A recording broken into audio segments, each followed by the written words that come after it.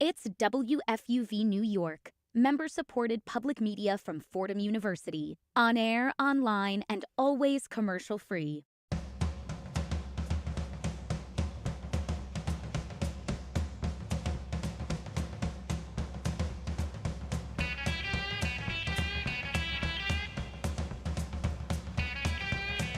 Welcome into One-on-One. It is Saturday, November 8th. We are here for New York's longest-running sports call-in show in the WFUV studios at Rose Hill in the Bronx. I'm Grace McCarron, joined by Luis Andrade and Lydia Pirner. We have a lot to talk about today. So much going on across the board. I feel like I say that every time I'm leading us in, but there's a lot going on. Jets trades, whatever's going on with the Giants, NFL, with good slate of games this week. We got to talk about the World Series because it ended last Saturday after our last show last week. Got to talk a little NBA, NHL, both in full swing. And then we're going to do a little baseball free agency. We got a lot to cover. But before we get into all that, we also have an interview. We'll, keep that under wraps for now, surprise you guys. But how are you guys doing today? I'm doing good. I'm kind of excited to see or hear what Lydia has to say about the Rangers. Yeah. She's been complaining about it all morning so far. Yeah, Lydia, you have a story for us to open, which is great because I didn't have to think of anything for the open. Go ahead. Well, if you want to ask how I'm doing today, this morning I woke up at 5 a.m. accidentally. I went to bed at 2, woke up at 5. I don't know what happened there. Decided to turn a show on. Sleep wasn't the best. It was really great for the 4 hours that I was sleeping. Yeah. That's why I was so wide awake at 5 a.m. But I needed to run out of my room to get some water because I was so dehydrated. And I couldn't find my water bottle. And I forgot I put it in the other room because I was doing work in the other room yesterday. So I was like, who took my water bottle? I found it. Don't worry. And then I go back to bed for a couple hours. And then I wake up. When you wake up, go back to bed, when you wake up that next time, you feel horrible. Oh, I'm exhausted. I'm so tired. Yeah. So my thing is, the only thing that's going to get me out of, up and going is opening Twitter. What else would one do in the morning? So I open Twitter, and the first video that pops up is Will Cooley hunched over on the ice. And I'm like, no, I watched that game last night. I had it on my phone. When did I miss Cooley getting hurt? Mm-hmm. And so I'm freaking out. I'm oh my god, what's going on? Need I remind you, I've already seen the hat photo where he was in it smiling. Mm-hmm. I've already seen his post game that he was fine. But I just all of that got thrown out the window when I saw that photo and video, and I'm just freaking out. I see him holding on to Miller, and I forget who else, going off the ice, not putting any weight on that left leg, and I'm just oh my god, what have I done? What have we done? What curse have I put over the New York Rangers?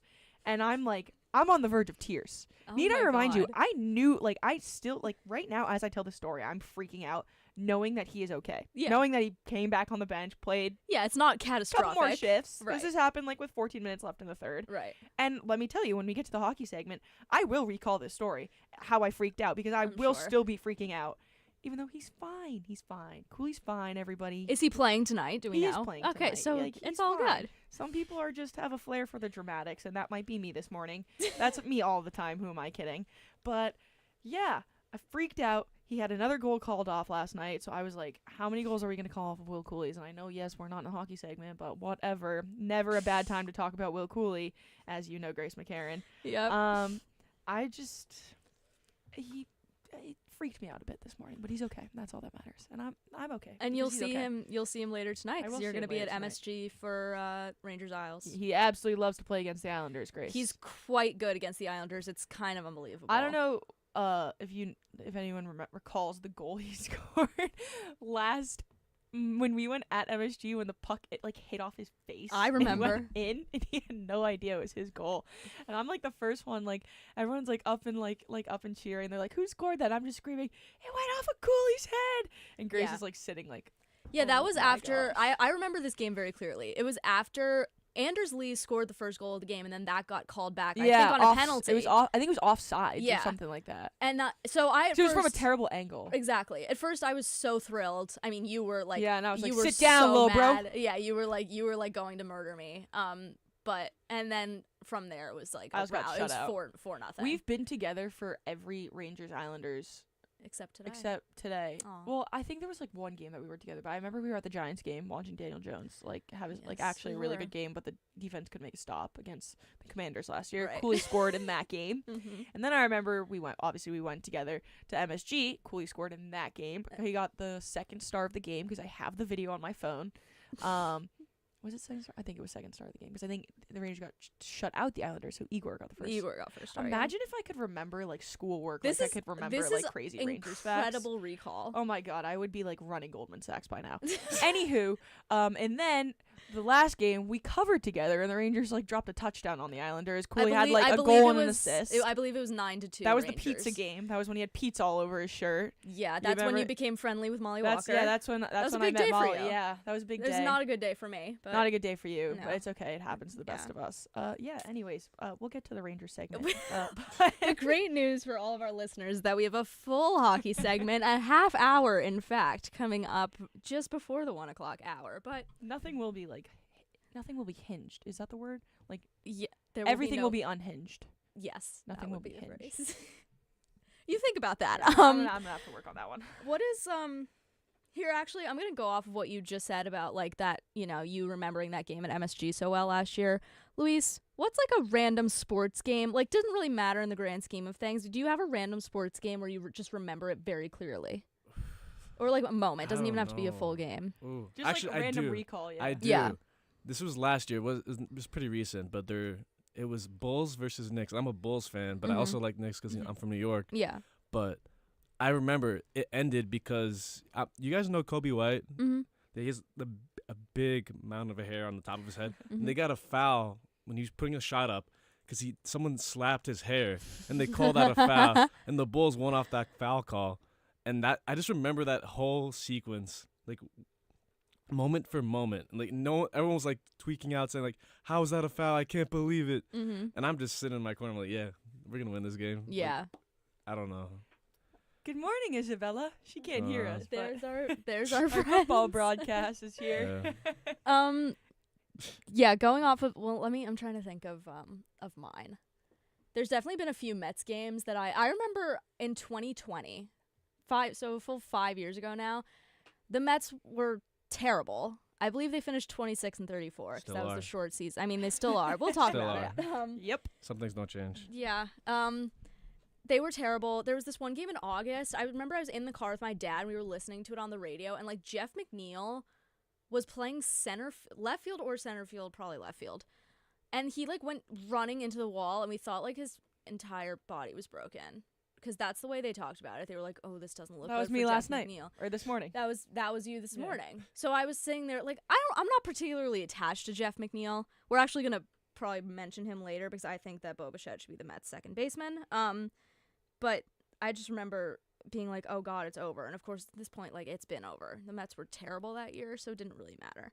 But I just think it's funny how we lost random specific stuff to remember. And Lydia, you are the best example. I'm really good at that. You're really, really. I good remember at it. last year, it was like the first game of like preseason hockey, Mm-hmm. and shout out Jack Warner. Jack was like, "Oh, I'm covering the like Rangers Bruins preseason game tonight," and I like perfectly recalled the Rangers Bruins preseason game from the year before. Oh boy. Because he was like, I covered it last year, and now I'm like covering it again this year. And I was like, oh, I was at that game. Like Matthew Poitras like had like 2 goals or whatever. Capo Caco had the opening goal, and then the Bruins ended up winning the game. And like Jack was just like we didn't really know each other at that point. He's like, That was his introduction he's like, to you. what? Yeah. Like, why do you remember that? I'm like, I don't know, man. I just big brain here, Yeah. full of air and random things hockey. about Will Cooley. Yeah, Capo Caco, shout out, miss you, Oh man. miss you, King. Yeah. Well, we gotta head to a quick break, but when we come back, we have we have an interview, but B, we are going to get into our first segment. Little local football, Jets, Giants, Jets, selling Jackson Dart. Jackson Dart, A, Jets selling the defense. B, we're going to talk all about it with a special guest, but we will be right back.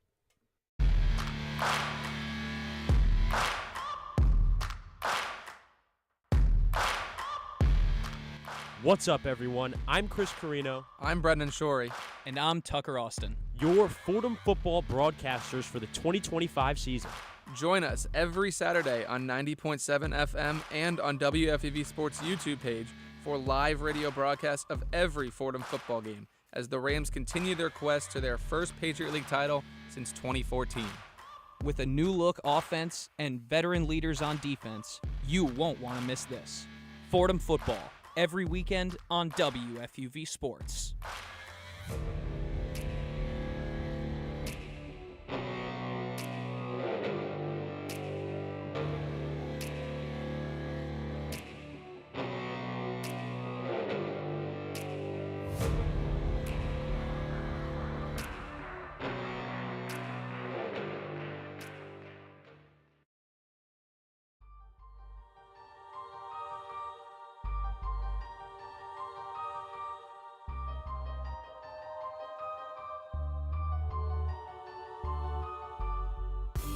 What's up, everyone? I'm Brendan Shorey. And I'm Joe Henry, your 2025 New York Jets beat reporters. Follow along with us every Sunday as we cover and analyze all things JETS. With a new quarterback at the helm, can Aaron Glenn right the ship and cause chaos in the AFC East? Stay updated every week with game updates and recaps from @Brendan_Shorey and @JoeHenry_4 on X. WFUV, your home for Jets football.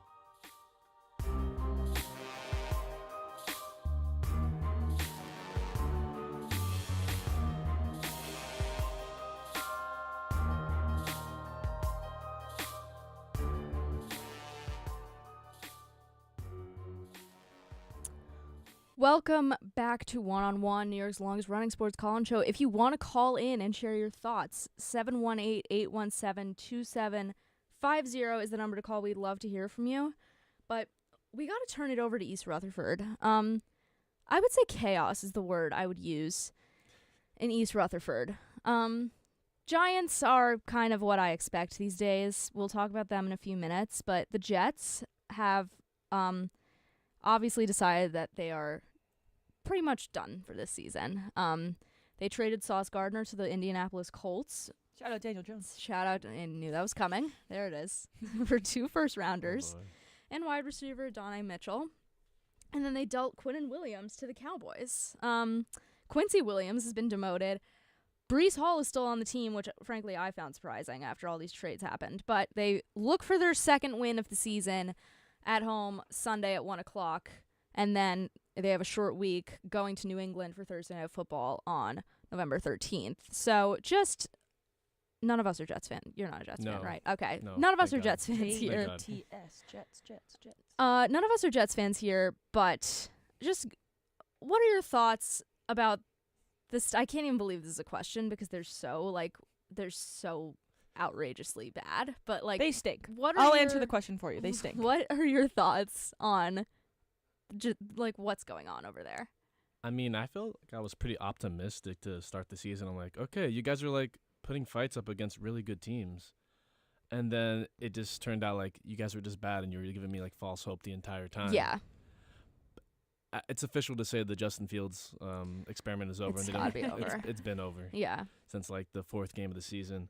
It's good that they finally made a decision. Like, we have to let it go. You know, like everything just went south after Aaron Rodgers took the field for maybe like 10 minutes, not even a minute. The crazy aura though in that God, that clip 1 was minute so run out. sick.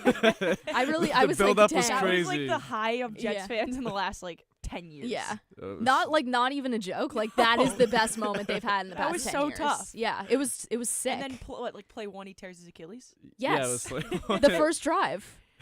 So I mean, yeah, yeah. I honestly I agree. Like the Jets, I feel like when you look at their schedule, like they've had a tough schedule. In all fairness, Yeah. It like playing the Steelers, the Bills, the Bucks, the Cowboys. Cowboys aren't any. No, No, but no, that's no. but that's they're like, better than that's the- better than the yeah, Jets. yeah, I'm They're joking. not Yeah. anything. The Cowboys aren't that bad. They're not the either. Cowboys of like the past. Like I'm not gonna say like the Dolphins because the Dolphins are yeah. What's going on over? We can talk about them later. Yeah, we'll talk about but like Yeah, these are the Broncos. I mean, like it's not like teams that completely stand out to you, but like the Broncos have like one of the best defenses in the league, right? Yeah. Maybe. It's like maybe so the the Jets. best. I mean, 13-11. That's a crazy God, final. And that was score. I believe that was in London. that might So have it was been in Lon- that the was the poor London British game. fans. Like they Not probably setting think an that's like a example. normal score, but like and then you get a win on against the. Did they have the bye last week? They Yeah, must they have did. a have bye. a yeah. bye. Yeah, Like, against the Bengals. I they mean, they got that win there, but Yeah, I It's- feel like it was more about a bad Bengals defense Yeah. than a good Bengals Jets are- offense. yeah, and who's the Bengals quarterback right now? Joe Flacco, Flacco. Oh, shout out an Joe elite Flacco. quarterback. Yeah. Love Joe Flacco. Not even gonna lie, love the guy. Every time he goes to a new team and he's good, I'm like, wait, this is so fun. It's funny because Edith's such a big Joe Flacco fan. Yeah. That's how I know Joe Flacco. Yeah. I just think he's the greatest thing since sliced bread because that's what she tells me. Yeah, because literally, he won the Super Bowl when we were 8 That was years tough. old. Was that the was he on Baltimore? Yeah. Yeah, He's he went to Disney World, right? Was he the guy that got to go to Disney World? Probably. Remember when you I know, and I was like, I'm going to Disney I'm going World. to Disney World. Yeah. No, I Wasn't think that that I think everyone says that. I think Is it everybody. still a I think thing? whoever they hand the mic No. to says, "I'm going to Disney." I think they World." stopped No? doing that though. Yeah. I don't know. They don't. Do I haven't it heard in a this- couple years, so I was They like, haven't. Mahomes never got to go to Disney World. Whatever. Anyway, the Jets just generally, obviously, first of all, I don't recently Nick Mangold passed away, franchise legend. Obviously that happened right before that win against the Bengals, and I do that was a really nice moment for the Jets to get their first win. It was good for Aaron Glenn because I feel like I've seen mixed feelings on Aaron Glenn. I like him as a coach. I do too. He's been put in a very tough situation with the Jets, and I empathize. And listen, the Jets have been doing this thing for years since we were little kids, where they try a quarterback. The quarterback's then they move on from the quarterback. Maybe they fire a coach. Nothing works. I don't think it's the coaching. I don't. not. It's You're- rinse and recycle, right? You're just can't- throwing a good coach into a bad situation, yeah, and you're and just then like, blaming oh, the coach. yeah. Then okay, guys, maybe the next coach will fix everything. Right. Then no. Why don't you fix the personnel? Exactly. All right, well, we have our interview in. On the phone is Rob Carpenter, former Jets wide receiver. Rob, thank you so much for joining us. How are you doing today? I'm doing pretty good. Appreciate you having me on. Thank you. So, first up, we were just mentioning, obviously, this week the Jets traded away two of their big guys on defense, Sauce Gardner and Quinnen Williams. What to you, does this signal about the direction of the Jets, both this season and generally going forward?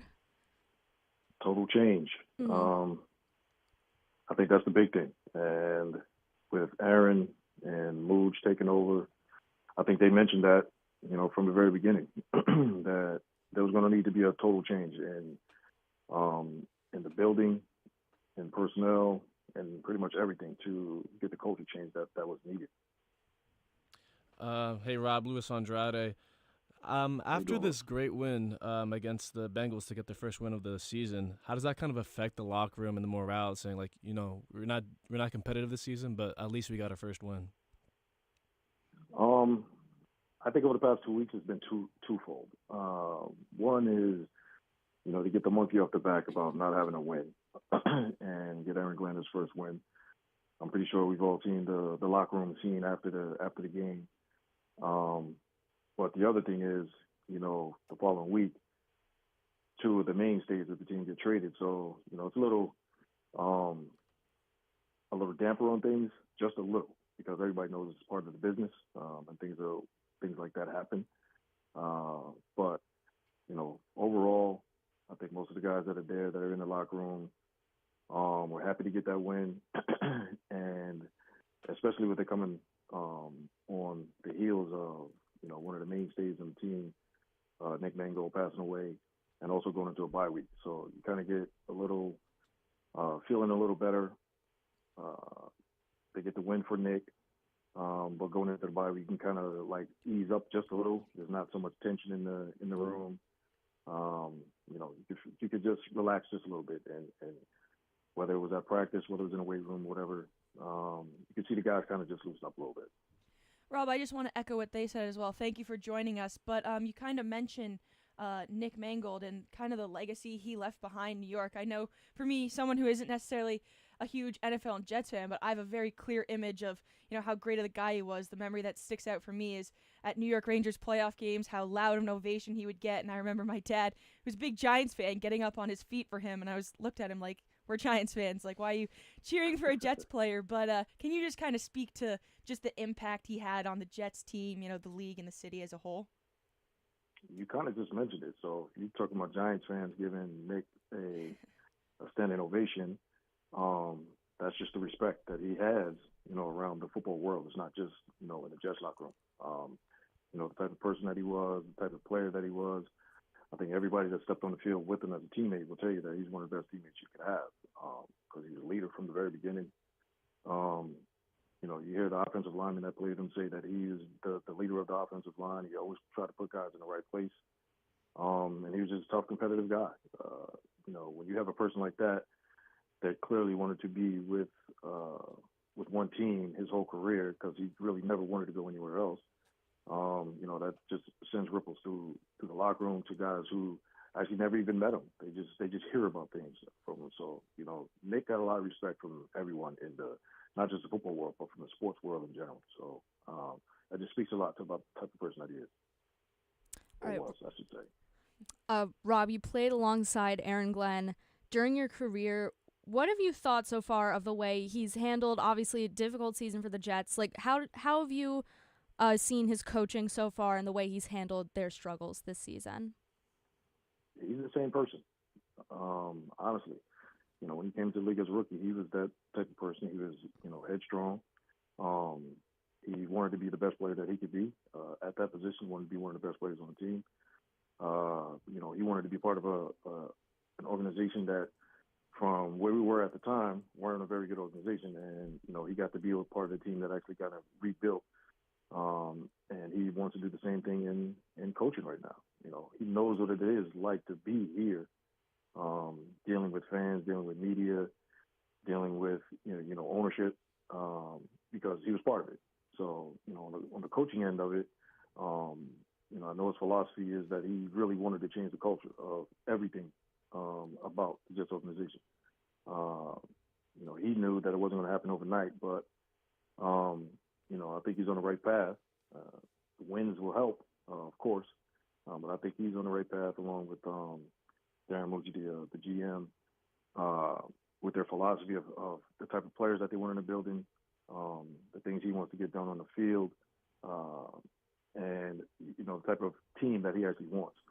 So it's a little process. It's going to take a little time, and hopefully, within these last few weeks of the season and starting in all season, you start to see things change, because he refers back to a lot when he was in Detroit and how things changed for them when it didn't start that well, and just the philosophy of what it was, how they wanted to make things changes, and his mentorship with Bill Parcells and the things that he got done and the way he taught him how to be a coach. He needed to learn from the bottom up. So Aaron's vision is there. Just hopefully it comes to fruition. Hey, Rob, Luis Andrade again. Mm-hmm. A question. Where do the Jets go from here, especially in the offseason? Are they going to be trading any more players like Garrett Wilson? I know Breece Hall, they were trying to market him. He didn't sell, or they didn't get what they wanted in return. So do the Jets really have like some sort of plan going forward? I think what you saw was the plan. There was never a plan to get rid of Garrett. That was like they made that clear. I think the only way they would have traded Breece is if they really got an offer that they couldn't refuse, kind of like Sauce. I don't think Sauce was on the market, but when, as Mooj said and as AG says and every other GM will say, if the phone rings, you just listen. And they got an offer for Sauce they couldn't refuse. Quinnen was a little unhappy, but he wasn't making a big deal about it. He let them know. They talked, and they just tried to, grant his wish of being traded. He didn't want to start over again. I can understand it. He was one of the longest tenured players here for the time, and basically he's just been on losing teams, so he just didn't really want to. He said it from the very beginning of the season. He really want to be part of a whole other rebuild again. So, from here on, what you'll see is they'll have their things to do with those draft picks, and I'm pretty sure they're going to use all those draft picks. I don't think they're going to try and, fleece another team with trying to get a veteran quarterback or even bring in another veteran quarterback. I think what they're going to try and do is build a team through the draft. They'll add pieces through free agency because after these trades, they freed up a lot of money. And I think that's just what they're what the philosophy is just trying to build the team through the draft and do it the right way. And hopefully the majority of the picks that they make are winners. Alrighty, former Jets wide receiver Rob Carpenter here, alongside myself, Grace McCarron, Luis Andrade, and Lydia Pirner. Thank you for joining us, Rob. Absolutely, no problem. All right, so you kind of heard the direction that the Jets are headed in. You don't want to enter another. I mean, it feels like they've been in a rebuild since we can remember. Rebuild. It's kind after of crazy. rebuild after rebuild. It's crazy how they It's keep like the doing Buffalo that. Sabres. That's crazy I call. I love how Yeah, we always got to go doing back to the NHL somehow. It's always back to the But challenge. Try not to mention hockey until the hockey segment It's starting not- now. it's just She's gonna I don't. fail. I feel like it's I gonna be know. about 2 minutes. Every Yeah. time I mention the NHL, Derek has to dump. Anyway, we saw the direction the Jets are headed in. If we turn it over to the other team that plays in MetLife Stadium, the New York Giants, hopefully. The fact that they're the pride and joy of MetLife Stadium right now Guys. because they have a whopping one more win. Because, Let's go, guys. and they have a serviceable quarterback who That's about Jackson. it. that's literally might be it. everybody else's. Well, we'll enter the Giants segment. We got about 10 minutes left until we have to head to another break. So let's chat it up about the Giants. They lose again to the 49ers. Now listen, the 49ers, Everyone expected that to happen. They I weren't good. did not. Mac Jones also somehow in the game of his life in the first That's quarter. true. I personally, I was there on Sunday. Did not go to MetLife Stadium thinking the Giants could win this game. Even when the Niners are so beat up, which I feel like they always are. They always have a zillion injuries, and they're still. I think they're 6-2 or 6-3 now. They're still competitive. They're yeah. still a very, very good football team because they have so many great players. They are a They do. loaded team. And you look, Fred Warner. Fred Warner's out for the year. Nick Bosa. I think he tore Nick his. Bosa's out for the year. Brandy probably- Ayuk. He's still Right. out for like the whole season. Hasn't played like in a year. They don't have Brock Purdy, who Brock Purdy's is out. better than He Mac might be coming back Jones. this week, I believe. I think he's coming back against the Rams. Actually, big division matchup there. Yeah. But just the Giants are obviously they're a little bit down for the count right now. Jackson Dart has been great. Amazing. I didn't believe in him, to be honest. He's been a revelation. I will admit, when they first gave him the starting job against the Chargers in Week 3, I was a little worried, and then he went and won that game, and that was great. Just what have you seen thus far, and what would you say is like the difference with the Giants this year as compared to like last year, 3-14? I think it's like the kind of the New York team grit that, like, what like the Knicks have, the Rangers have, like teams that like kind of like let to get down and dirty. And I feel like Jackson Dart and Scat, before he got injured, kind of like led that kind of culture. Like I just like hard guy. He's gonna just come in here, boss you around, and like, with a great tackle, great block, and I feel like they still have that culture. But now, like when Scat's out, Malik's out, like it kind of brings down the energy a lot. Yeah. I mean, the one thing about the Giants that, like, the biggest difference from this year, because it's not the wins. Like, they're still just as bad. But it's the fact that they're actually putting up points when they're winning. Isabella, do you have any thoughts on the New York Giants so far? Perhaps Oh, Jackson no. Dart? Hi, Isabella. Do you want to hop on the mic for 30 seconds? Oh, good morning, Owen. Oh, hi, Owen Kelty. Wow, everybody's here. Does So anyone- it's an no, open no, pod. It's a family affair. Come put a take on the Giants. Come here. Get on this microphone. She doesn't want to. Okay, It's tough fine, morning. fine. It is. I tried my it's best. early. I'll speak for her because we have the same opinions. Right. Like we were talking about like last weekend.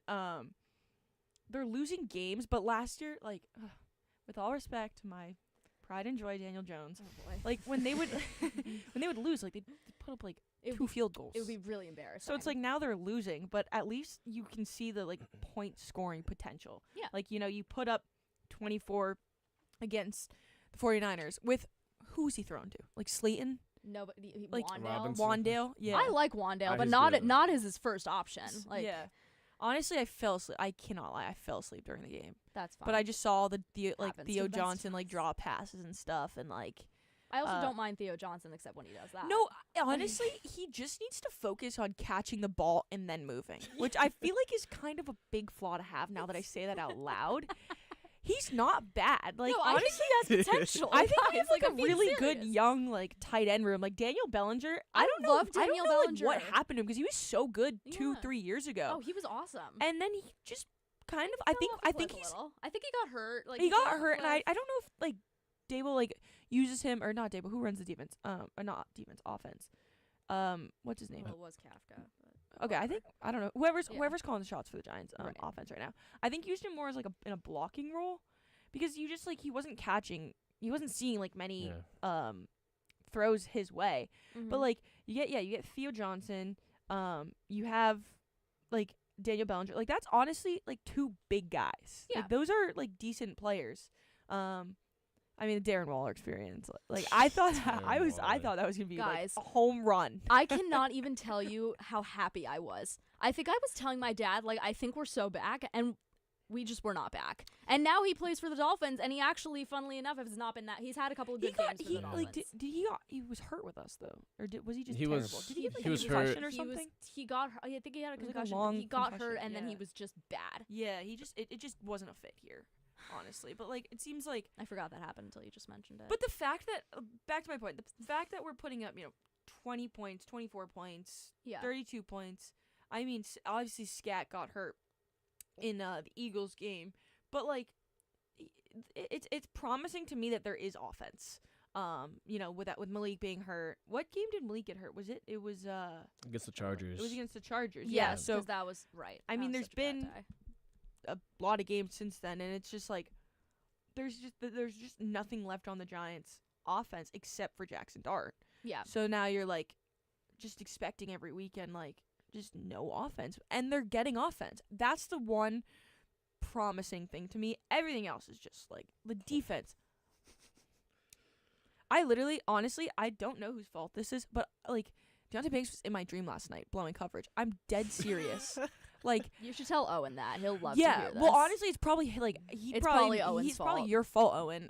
If you're listening to this, when you like take a nap and you just have like really like weird dreams. Yeah, and they're really vivid. This was like my dream was like I was watching a Giants game and Banks was like there was a player and he was like on him and then he just stopped running and then the player was like, oh, I'm gonna keep running. And then he passed it to him and it was a first down and it was like a fourth and like 10 or whatever, like the team was going for it. Why this was in my dream last night, I literally have zero clue. But then I also like remember like the play-by-play person being like kids, like that's what they teach you like in like school or whatever, like to like keep playing or whatever and never, I don't know, give up or something. Like I don't know, that was like my like 6 a.m. dream this morning after I woke up Fever at 5 dream. a.m. Oh my gosh, yeah. It's always after. We're just totally off topic right now, but like, it's always after you wake up in the middle of the night and you fall back asleep where I have the craziest Yes, dreams. like that's why I It's was the like weirdest sleep of I your was in life. some like neighborhood in France and it was like a your nightmare. suburban town, Massachusetts town, and I'm like, oh my god, like I didn't realize France was chill like this. Like it looks like Minnesota. What is And that You would have preferred it if Paris looked like St. Paul, Minnesota. if you probably Paris would've been was like happier with Plymouth, Minnesota, shout out That's Plymouth, crazy. Minnesota. That's a crazy call. Oh my God. I think Blake Wheeler's from Plymouth, Minnesota. Okay, What are we talking it. Back about? to the Giants, and we're like too off the cuff right now. All right, He obviously, is. obviously we've been talking about how Jackson Dart he's been leading this offense, and I think he's been doing beautifully, especially considering the fact that he has like no weapons right now who you can None. Zilch. No. who you can call like a number one. His feet maybe are the weapons. Yes, That's thank about you, it. Lydia. Yeah, yeah. What are your thoughts on him? I feel like we've noticed a few times now, and Giants fans have differing opinions here. He doesn't like to slide when he's running. No, What we do need you to think? wrap him in bubble wrap and just like protect him at I all need costs. him to wear a bulletproof He's vest. He's the last one standing. Yeah, like Right now. Literally. I feel like something bad is gonna happen to him. I'm scared every and time he especially walks on with the that field. with that turf. Oh my I God. know. Doesn't it make you feel sick to No. your stomach? How many ACLs like were taken Not by even that funny, field? bro. So many. Oh my god. It's a graveyard out so there. Bad. But overall, like some. Oh you my know, gosh, we're talking about ACLs and knees. It's okay, guys. Will Cooley's okay. And she Oh, lost the Oh, bet. she lost. She it. lost it. Darn She it. lost We're gonna it. clip this. He can have my knee.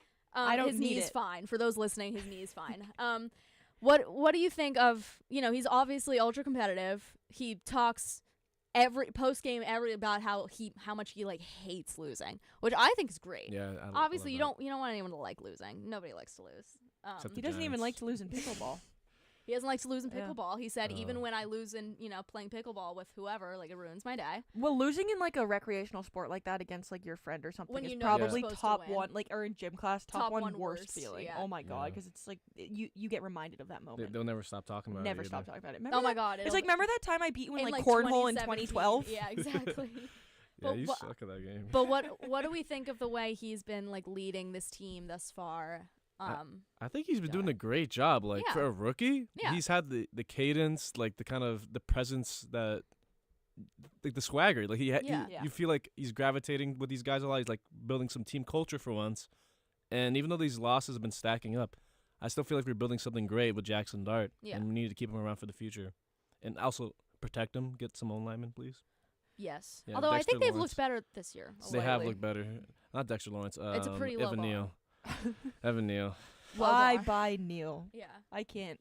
Death by Um, Evan Neal. Yeah, no, that was what happened to like Daniel Jones. Anyways, his poor neck. Yeah, Jackson Dart. I agree. I forget which one of you said it, but I mean, obviously when we picked him, like I was super excited about it, but you don't really expect him to have like a big impact Yeah. on the team this early on. And again, like wins aren't compiling, but he's looked good. He looked like he's belonged. Yeah. And not only looked like he's belonged, like he is like, to me right now as a rookie coming in a tough spot, he's exceeding my expectations By a Absolutely. lot, by a lot. Like the stats that he has and like the pace that he's on, I think he's like on pace to like have like something like 2,500. I saw it the other day. It was like a lot of passing yards Yeah. by the end of the season. Like when have we ever like thrown the ball like that? Not for a long Not time. since Eli. Not since Eli. My So- dearly departed.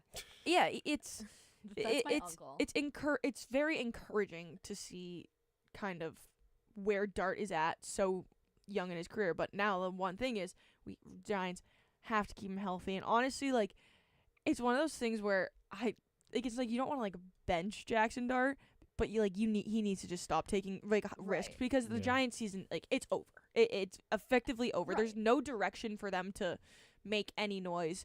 So it's like if Malik, Scat, and Dart like were to go down in a season because Dart's like overcompensating for everything that's happened, like that would be a bad blow. But I also last thing because I know we have to go to break. I liked what Jameis Winston had to say about like I wanting love to them.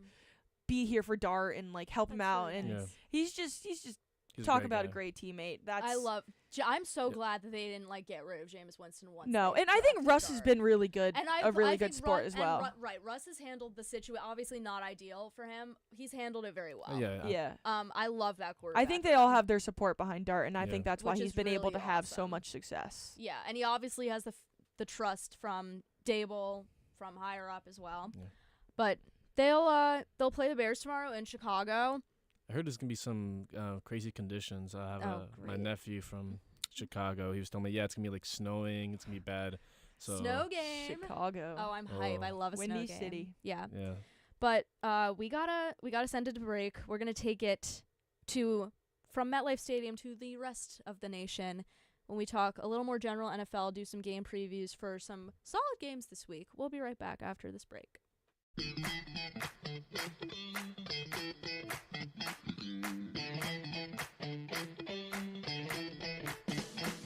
Hi, this is Ben Oppenheimer reminding you to tune in to New York's longest running sports call-in show, One on One. Catch One on One live on the WFUV Sports YouTube channel every Saturday from 11 a.m. to 2 p.m. and then later on 90.7 FM from 11 p.m. to 2 a.m. We'll catch you next Saturday on One on One.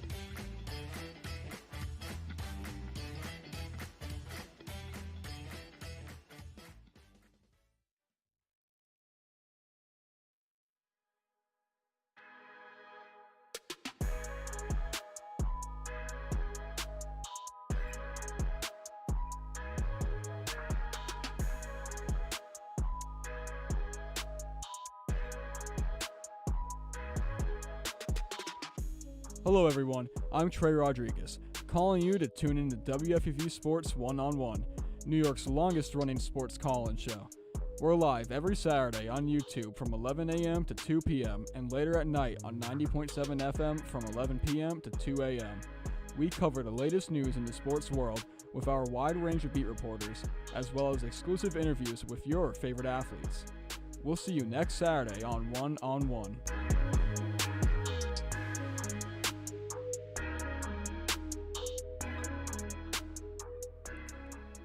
Alrighty, we are back talking a little general NFL. I was perusing the slate of games this week, as I do often. Found some good games actually. I think you have to. I feel like these days you gotta look for some good games. There's some hidden teams, gems. So many bad teams. So many bad teams in the NFL and there's a lot of teams that you would think are gonna be better. I mean, the Ravens are going to be better than 3-5. I think they're not now that they have Lamar back, right? But we got some good games this week. Gonna kick it off with the Tom Brady Bowl. Patriots at the Buccaneers. Pats are 7-2. Drake May has been a revelation. If you ask any of our resident New England people around here, you, but like not me. It's not you. Resident We're New talking England, about, but like not. Yeah, our resident New England fans who got dropped on her head when she was young, clearly, and decided to become a New York sports fan. That's what it feels like growing up in Mass during the Brady era. If you ask Kate, if you ask Joe, if you ask any of the other New England folks who are fans around here, they will pretty much elect Drake May as president tomorrow if you ask them to. And then the Bucs, of course, sitting at 6-2. Baker Mayfield, another guy who might be the mayor of Tampa by the end of the year. Who knows? Could be MVP. Like not even. And He's that is. getting some good and shots. when you think about it, isn't that the craziest thing ever? When you told me he got cut from the Panthers, no, he's put on waivers. I would not think he would be giving MVP chance at an away stadium. Yeah. And like 2 or 3 years later, like I did not believe that. Like if you told me that, I would be like, "You're crazy, dude." Dude, what are you talking the about? Panthers' factory of like getting rid of quarterbacks and then they become good. Sam Darnold. Yeah. It really just shows that organization is like they're making Bryce Young look horrible. Bryce Young is gonna go elsewhere and be fine, probably. I've seen like there's like flashes, and I'm like, what if he was just on a good team that would like, support him, develop him like you should develop a young quarterback that's that talented. But thoughts on Patriots Bucks potential MVP bowl here? What do you think? Give us a pick, a score, etc. Give us a little. I'm gonna go preview. Bucks. Wait, okay. Is what's his name? Mbuka? Is he back yet? Idoka? Oh, that's a great point. Well, in the meantime, I can go. I think the Bucks are going to win 3-2 on a field goal and a safety. No. Oh. I thought you wanted my opinion. I don't think that's an actual score that's ever. You guys know Scorigami on Twitter? The guy who posts all the unique NFL scores. Was there ever a 3-2 game? I don't think there was. Well, it's going to happen tomorrow. History is going to be made. Oh, boy. Who's home? Bucks. I think I got Bucks winning. I feel like they're more a complete team. Winning. You know, Bucks are a complete team. Yeah. I think Ramondre Stevenson, is he still injured? He was out last week. Ramondre Stevenson. It's time to play Tommy. Yeah, get Tom Brady out there. Dude, I think someone asked him out of retirement. Yeah, for real. Someone asked him about like who are you rooting for, and he was like, "Oh, I love them both" or something. And then some people were mad about that. They were like, "You only were in Tampa for like 2 years." Okay, but it's like, okay, that's what he's gonna say. He's a very diplomatic guy. Here's the what thing. Can you say? It's like it's the same thing about like Brad Marchand. Like, yes. And this is a relevant hockey reference. Oh my! It's hold on. I cannot wait for Sophia to make a TikTok out of how many times you bring up hockey when it's not the hockey segment. But please go. We gotta get like a counter. Yeah. Well, like Brad Marchand gets traded to the Panthers. Right. Career Bruin. But I think there's something about winning in in Florida when you get like the boat parade, when you get the fans, like it's just different. When you run into the ocean like with a trophy. Yeah, when Brady threw the Lombardi to Gronk across the river. I just genuinely think he get arrested too? Maybe. I think he got arrested for like public intoxication. Could be. I'll give him a free pass on that one. But I'm just saying, like, I think that when you win in Florida, it is just so fun that it's like that season becomes so memorable. Yeah. And also recency bias. Like, I genuinely think, like, obviously he's like a career Patriot, but for him to like, I feel like he enjoyed his time as a Buck so much because Gronk was there too. And that's like that was his last. That was like his last hurrah too. And nobody thought, like, he had so many questions coming in with like, you know, was it Belichick that was helping him be this great in New England? And yes, he did it himself. And he proved it. He proved that it was him. He shut my dad and I up because we were always like system quarterback, Belichick's the best coach. And then he goes and he does that with Tampa. And you couldn't, like, I didn't even hate the fact that he won that because I was like, damn, like, Brady's got aura. Like, something about Florida, the Florida tan. They give people go down there, they get their tan, and they're just a new human being. They just become likable, and that's the same thing that happened to Brad Marchand. That is the same exact thing. But I'm just saying. Sorry, what was the question? Oh, who's gonna win Patriots Bucks? I am so sick of the Drake May glazing. Like, oh boy. he has been so good, don't get me wrong.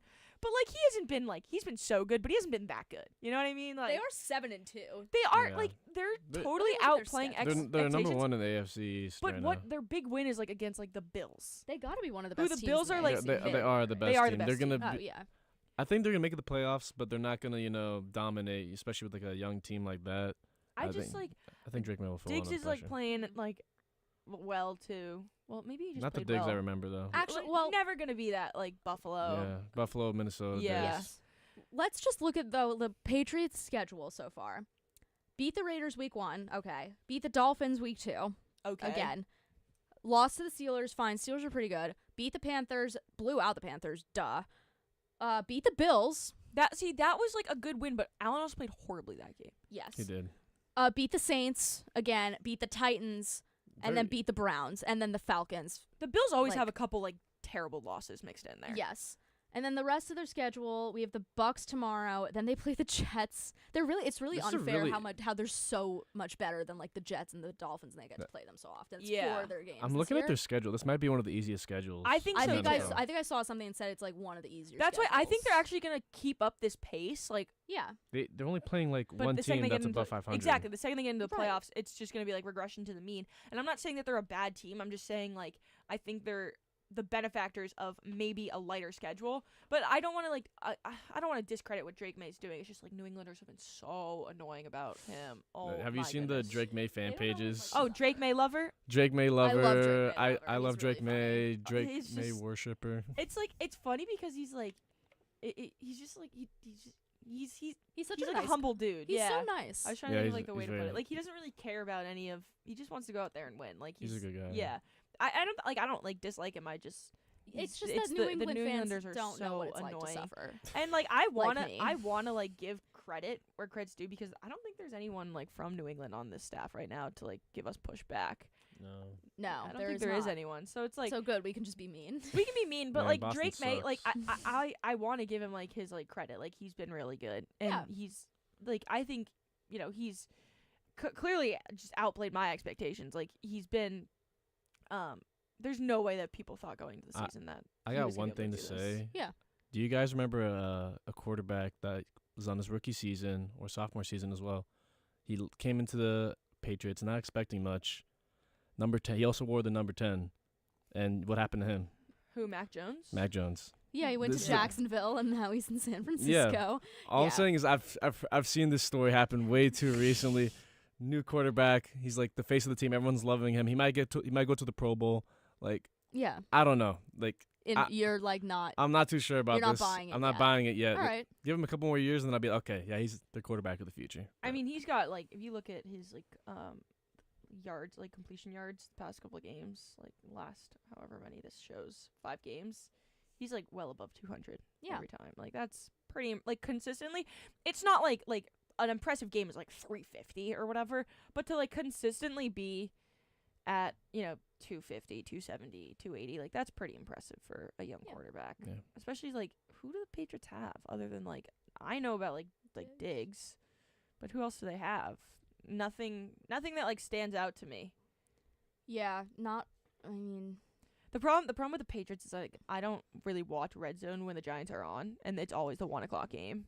So it's like that's true. I'm never. You won't see me probably watching a Patriots game at the same time as a Giants game because I'm locked in for some reason on the Giants and not watching Red Zone. Well, Red Zone's no longer commercial free, so that's kind of a bummer. But anyway, Rams, Niners. Rams are 6-2. A little NFC West matchup. They really hate each other over there. Rams are 6-2. Puka Nacua. Not Florida. He has to California play. rivalries are so fake. Anyways, go on. Puka Nacua simply must play because he is the cornerstone of my fantasy football team. Anyway, I believe he is going to play. Actually, he was questionable for a few days, but I think he's fine now. And then the Niners, as we talked about, who just came off the win at MetLife, are 6-3. Give us a take here and a final score, which Lydia didn't do last time. I said but 3-2, and then that's everyone's not like, a "Oh, you don't know realistic- ball." That's not a realistic prediction. Mm. Anyway, Luis, give us your pick. I'm gonna go with the Rams. Devontae Adams has showed that he's not Yeah. Unk anymore. He still got it.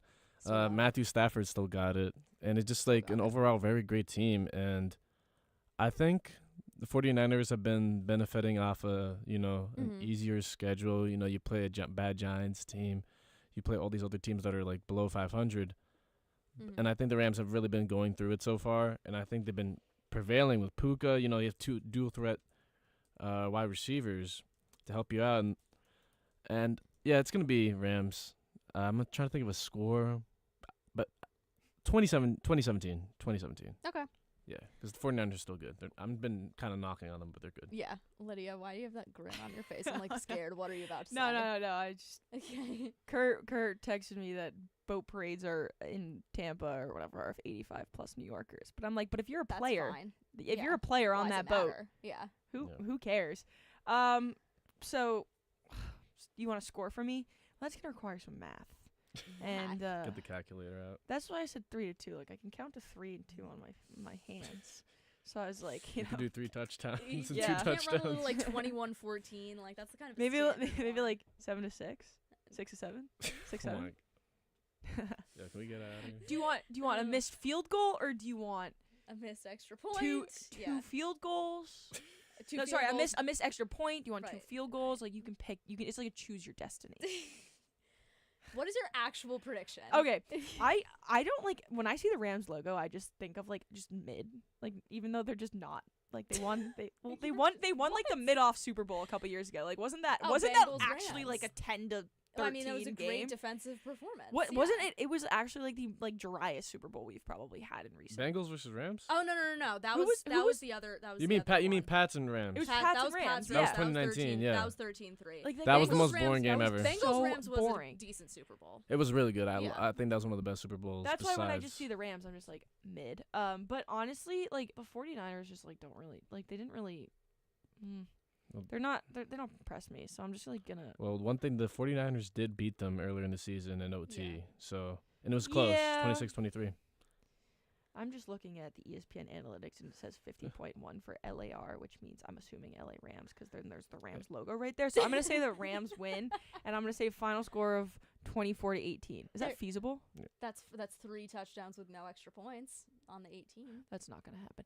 It could happen. 27 to.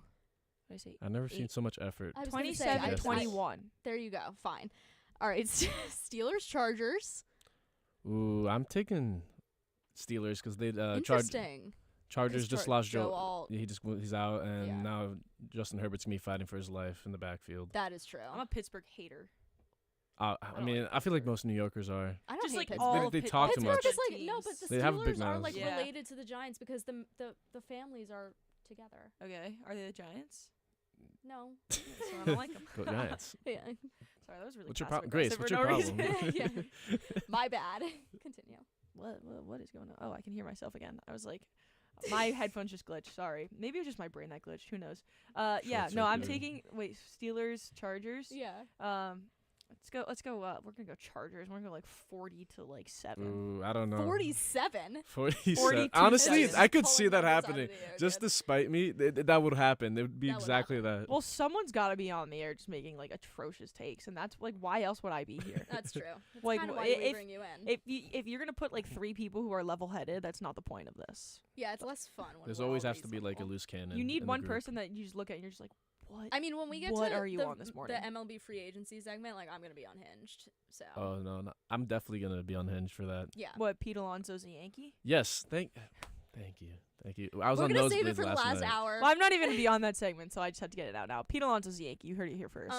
Ooh. Eagles- November 8th, 11:53 a.m. Lydia Pirner says Pete Alonso is a Yankee. Eagles Packers is our last Go game Pack. That's gonna be good. that we're gonna be. That's a good game. That's a potential NFC championship.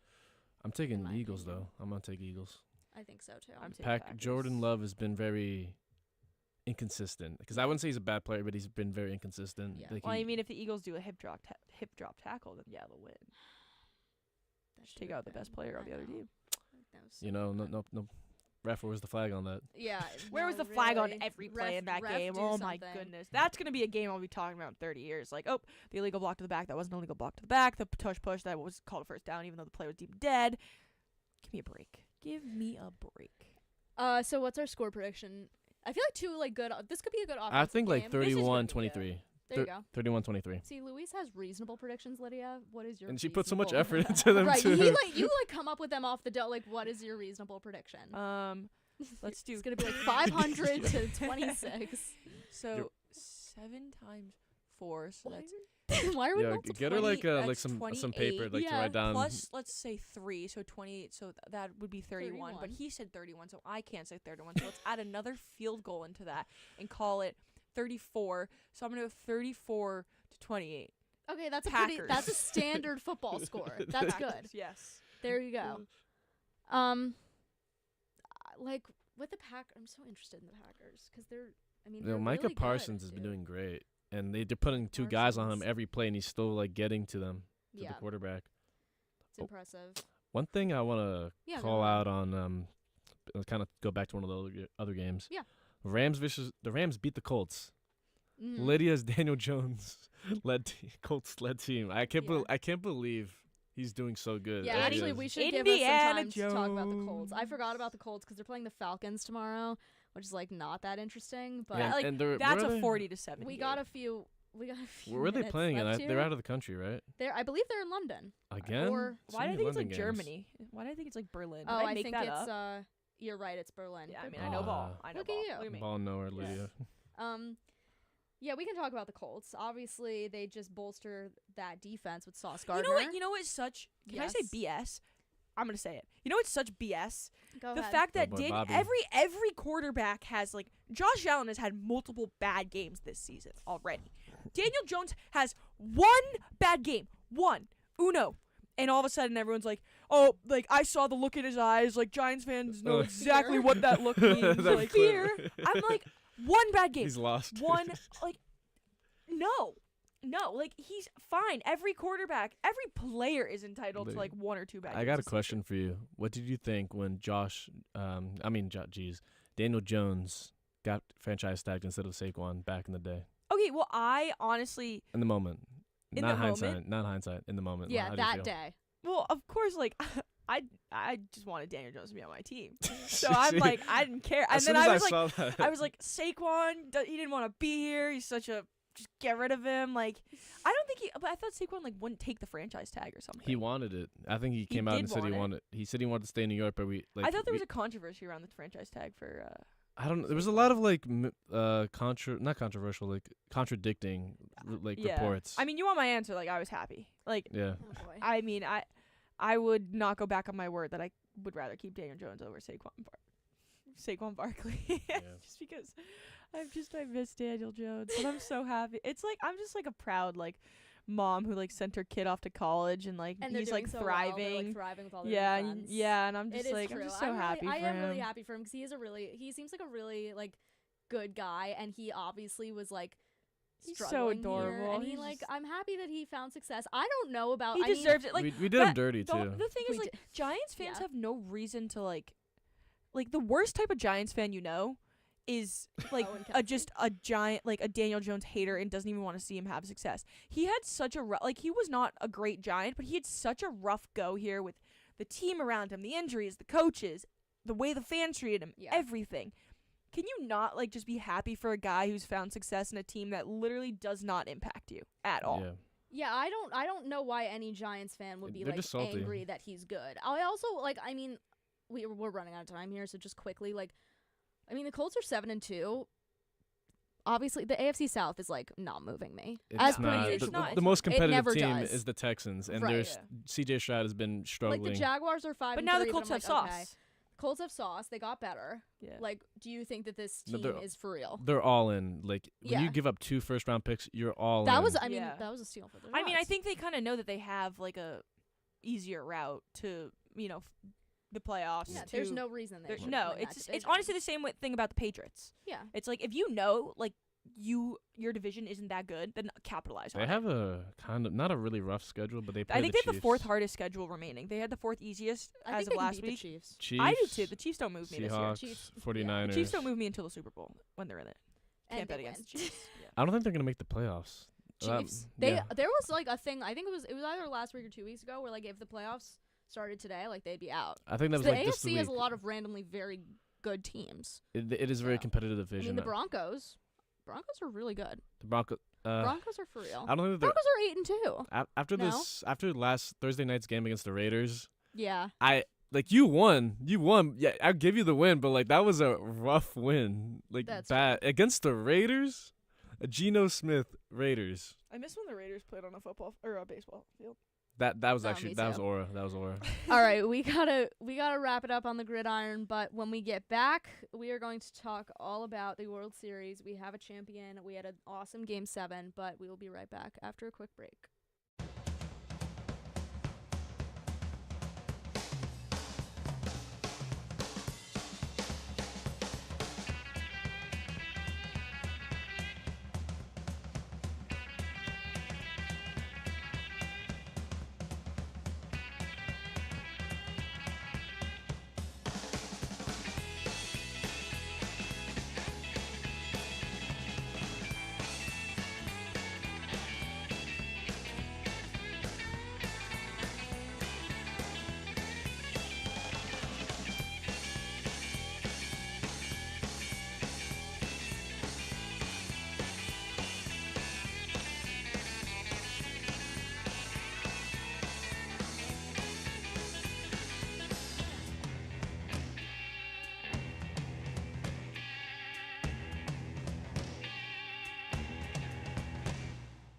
You're listening to WFUV, New York.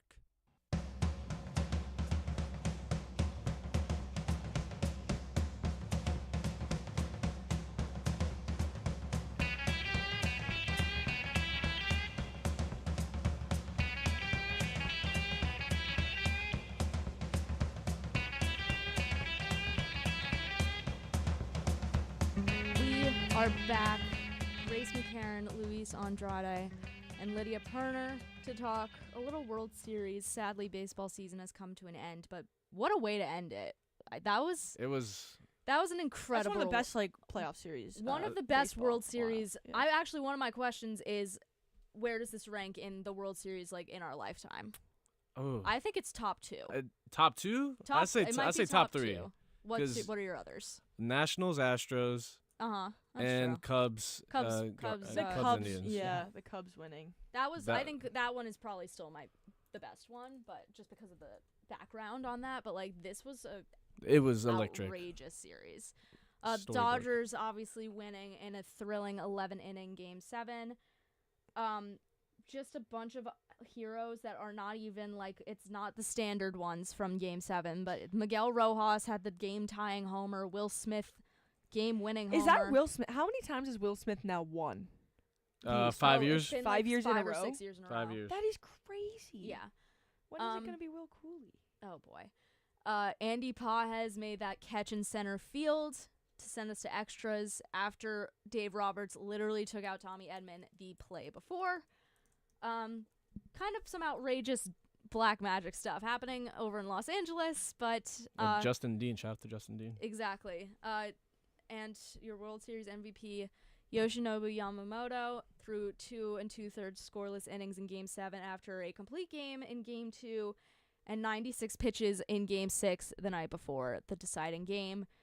What are our immediate reactions? Obviously, neither of our teams were in it. What are your thoughts? I thought it was a great World Series, very entertaining, but for me, as a Yankees fan, it was kind of pick your poison with this. Dodgers just smacked us around last year in the World Series.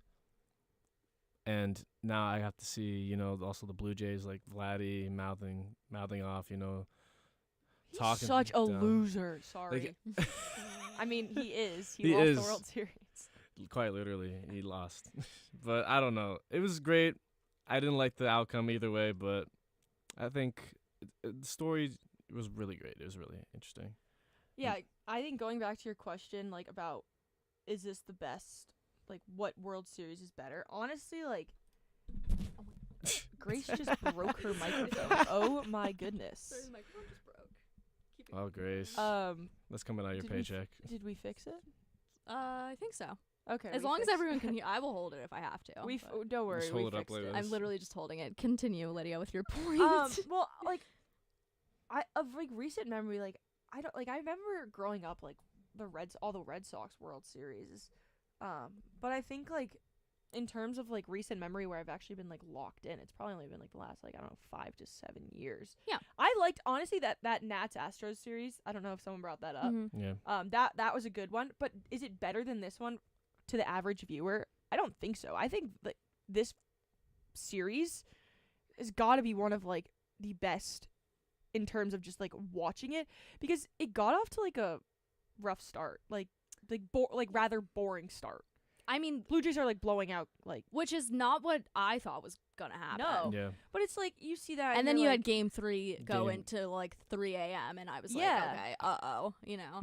But then it's like was there ever a point where people could confidently say, "Oh, the Dodgers were gonna win this"? Never. Never. Never. There was Not even no going there into was Game no 7. point. Like, okay, when they forced Game 7, I was like, this could be a problem. But then the entirety of Game 7, I was sitting there like, the Blue Jays are going to end this at some Yeah. point. I do think like betting odds, the Dodgers were favored in like every game, but I Yeah. think that's just because they won it last year. Yeah. And honestly, like for me, I was rooting for the Dodgers just because it's literally Vlad. I just do not like Vlad. That has such a like special place in my heart because I hate him. I Like, hate so him much. so much. And it wasn't like it didn't start this year. It was that series when he like was like, "Oh, this is my house." Yeah, it's in, the like- 2022. Yeah, I think it was 2022, and we ended up beating the Blue Jays in that series. Yeah. So I was like, "Yeah, your house, really?" Anyways, but I just do not like the Blue Jays, and I think it's just because of him. So like it was like, you know, the 11-4 and 5-1. Like, yeah, it's a 1-1 series, but like the first 2 games are like, oh, is it just be blowouts like back and forth? Like Yeah. that's not even a fun 7-game series if it's like this team's winning by 5 and then this team's winning by 5 Yeah, and this no. team's winning by 5. Like, sure, it's back and forth, but that's like not the fun of it. But then when you get like, okay, you know, 6-5 game that goes into 3 a.m. Mhm. and then you get like it goes back to the Blue Jays who win 2 straight, have a chance to close out the World Series and can't do it. Yeah. At home too, I believe. Yeah, Game 6 is at home because it's the last 2 games. The are last 2 yeah. games were in Toronto, yeah. So it's like, and just because Game 7 I guess was last Saturday when we were recording. That game has got to be one of like the most Nerve-wracking. nerve-wracking. I was like games. nauseous. I think everyone was, and I was pulling for the Dodgers, but like it was also like Halloween, so I think everyone was like glued to No, their TV. I was watching that on It the was very phone and at a spooky. pre. Yeah, I was too. I was like like, we this all is we were all it. like I'm hanging out, spooked. playing, you know, like having some fun, just doing like what people do on Saturday nights, and then all of a sudden it's like the 7th inning, and you're like, oh, I forget who hit the home. It was 4-2 at one point, right? And then it went 4-3. Yeah. So I believe it was 4-2. I believe it was like a 2-point game going in. Yeah, not 2 2 points. run. 2-run game going into like the 6th or 7th. Uh-huh. No, I did not mean to do that. I did not mean to do that. I did not mean to do Yeah, that. it happens. It happens to Um, all of us. But oh my gosh, I keep like playing with the hitting the. Now I'm like whatever. gripping the mic because I'm so scared it's gonna fall There's again. just so many technical issues going on right now. And you know what? We persevere. We persevere. I'm like, I'm really. It's fine. who hit? Was there a home run that was hit? Bo was Bichette what- homered. No, but after Bichette, I think Oh. the Blue Jays were up 4-2. Can I get the No, I think it box?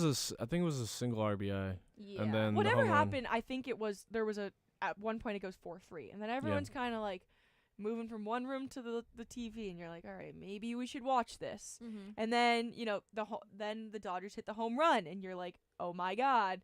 And then the Blue Jays have the bases loaded, and you're like, With 1 out. what are we doing? Like Yamamoto comes out like with a noodle for an arm, but like somehow I don't know how after throwing 100 pitches the night before Mm-hmm. shuts down his innings, and then like when Will Smith like hit that ball, you're like, no chance that the Dodgers win this. I'm telling you, there's some black magic involved in There here. definitely was. They There's some sacrificed deals with somebody. the Lord. Like, I yeah. mean that is like crazy, and it's just I guess it just shows the importance of role players in a deep run. I think everyone yeah. like contributed to that one. Everyone did, like up and down. I mean, wasn't there that video of Kike like going to Freddie and being like, "We did nothing"? I mean, Kike did nothing. but- Kike, God love him, did not really do No, anything. he didn't do Yeah, anything. what do you Freddie mean? Freeman did Freddie stuff. had a yeah. walk-off Yeah, home run. What are you talking Freddie is about? very important. Yeah. But yeah, it was not the heroes you would. It wasn't even like Shohei Ohtani was not the hero this World No. Series. He He was obviously not. had that incredible performance in whatever game that was. Game, now I can't remember. It's all game coming together. 4 at the shutout against Yes. the Brewers. It was incredible. but he was not the hero. Obviously, Yamamoto got the MVP award, but you could argue that the best moment was, Miguel Rojas was not in the starting lineup. He was not. Like, he was like a lot. he was not starting. Well, I should say not in the starting lineup like for the whole series. Yeah. I think he was. He's starting towards the end. But and then he comes on, ties it up. Like what? This does not happen to normal teams. Out of anybody you thought was gonna get a hit like that in that moment, yeah, it was not Miguel Rojas. I forgot he was in the league. I forgot he was I believe was he a career? Retiring. Was he a guy had his career on the Cardinals, or what team was he on? Most of his career. Let me look. But he, I believe, is retiring. He's playing one more year in 26, and then that's it. So yeah, honestly, if I was him, I'd just retire. Yeah, great, Marlins. amazing way to end your career. I remember watching him on the Marlins. Oh, Marlins. He was on the team with Jazz, Brian Anderson. Oh yeah. Corey Dickerson. Do not start about Brian Anderson, dude. Was not Robbie Wright. Sandy Alcantara. Who else was on the team?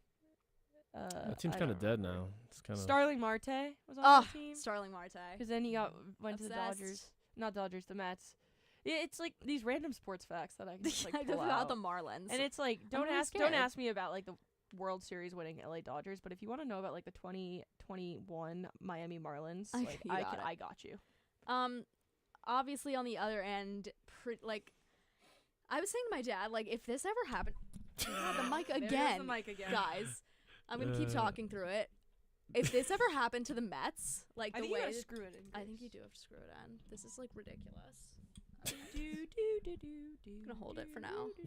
This is actually ridiculous. You should get Bobby in here to fix it. I gotta get Bobby in here. I don't know if he's in there, but anyway.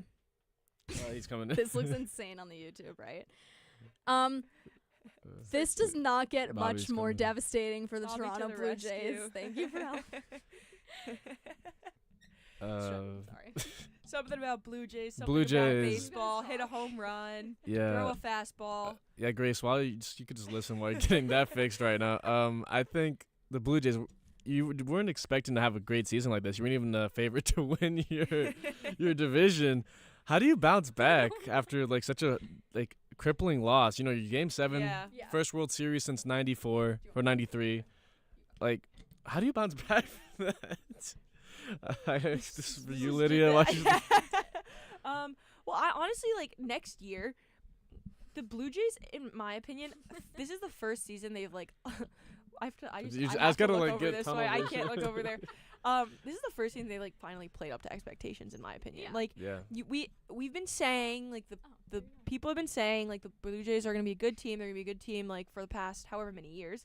This is finally the team that put it together, and I don't know how. Because, when you look up and down the lineup, I didn't think there was anything It's a lot of these, young guys, especially Savage. Great pitcher. He's going to do great in this league if he keeps it up. But it's those guys that you didn't know who they existed. You didn't know who they were until the season. They stepped up really, especially, what's his name? Ernie Clement. Mm-hmm. Ernie Clement, dude. Guys like that. Really just dog. Addison Barger. Who is Addison Barger? Alejandro Kirk stepping up. No, I'm not. Put your hands, glue them to the table. I'm just not. I'm not touching it. Anyway, I'm back. Doesn't get much worse for Toronto. Fans sobbing in the stands. Honestly, I would be crying too. I would have to cry after a regular season loss. Exactly. So. I cried when the Mets lost in the NLCS last year. Cannot imagine what would happen to me if this happened. Game 7, you had the game. It was right there. Literally, if his foot was a lifting. I mean, Will Smith, if he left his foot up for a second longer, right? They win it. Right. It's it's a game of it's literally a game of inches. And also for the team itself, there were reports everybody in the locker room was crying after Scherzer talked about, who has obviously been around the block. And also he had a couple good performances there. He's never loved baseball this much until he joined this team. That's Chris a lie. Bassett said the same thing. It was a great great team. People will look back to the 2025 Blue Jays even though they didn't win it all. And I don't even think you can be you can be disappointed, but I don't think you can be angry. If you're a Toronto fan, it was just. It's such a bad loss too. It's so bad. Second place is the one it's worse than finishing last. It's because they had it. They had it. It was right there. It was there for them. You had a 3-2 lead at home. They had 2 games. IKF to gets clinch. a jump.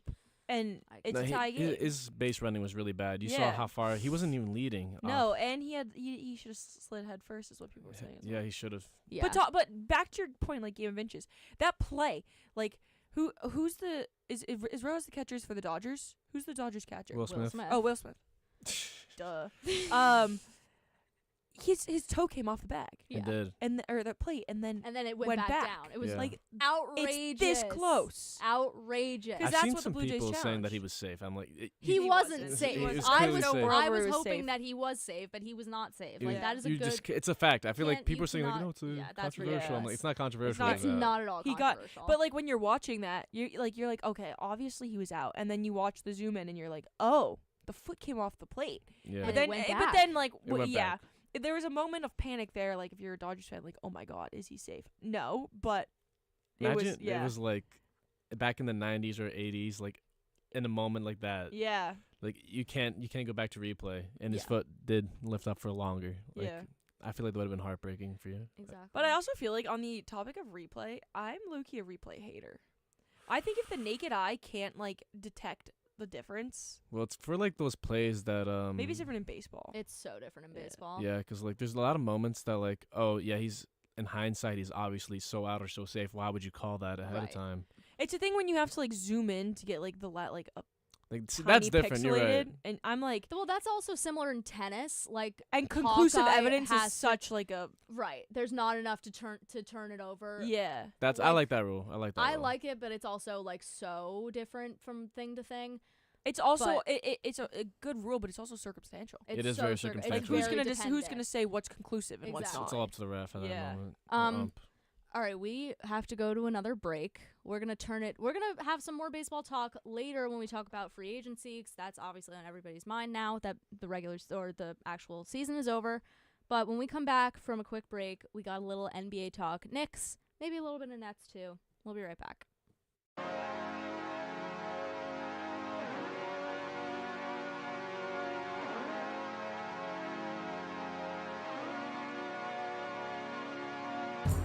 Hello, everybody. I'm Chris Carino. And I'm Joe Henry. Tune in weekly for NFL Friday, your exclusive WFUV sports podcast for all things National Football League. We'll be covering everything on and off the gridiron for the biggest sports league in the world. Every week on Spotify, Apple, and wherever you get your podcast. Can the Eagles repeat? Will the Jets or Giants finally take a leap? What's Shadur up to? All of that and more on NFL Friday on WFUV Sports.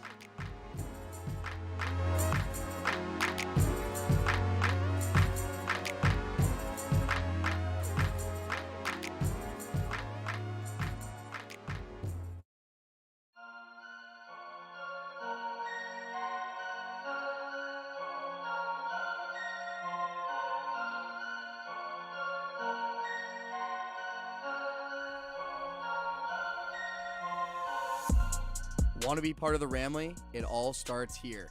I'm Nathan Rogers. And I'm Kate Cox, and we are two of your hosts for On the Hill, WFUV's exclusive podcast for all things Fordham athletics. From the field of Moglia Stadium to the hardwood of the historic Rose Hill Gym, we've got you covered with the ins and outs of Fordham sports. Every week, every play, every round. Tune in weekly wherever you get your podcasts. This is On the Hill.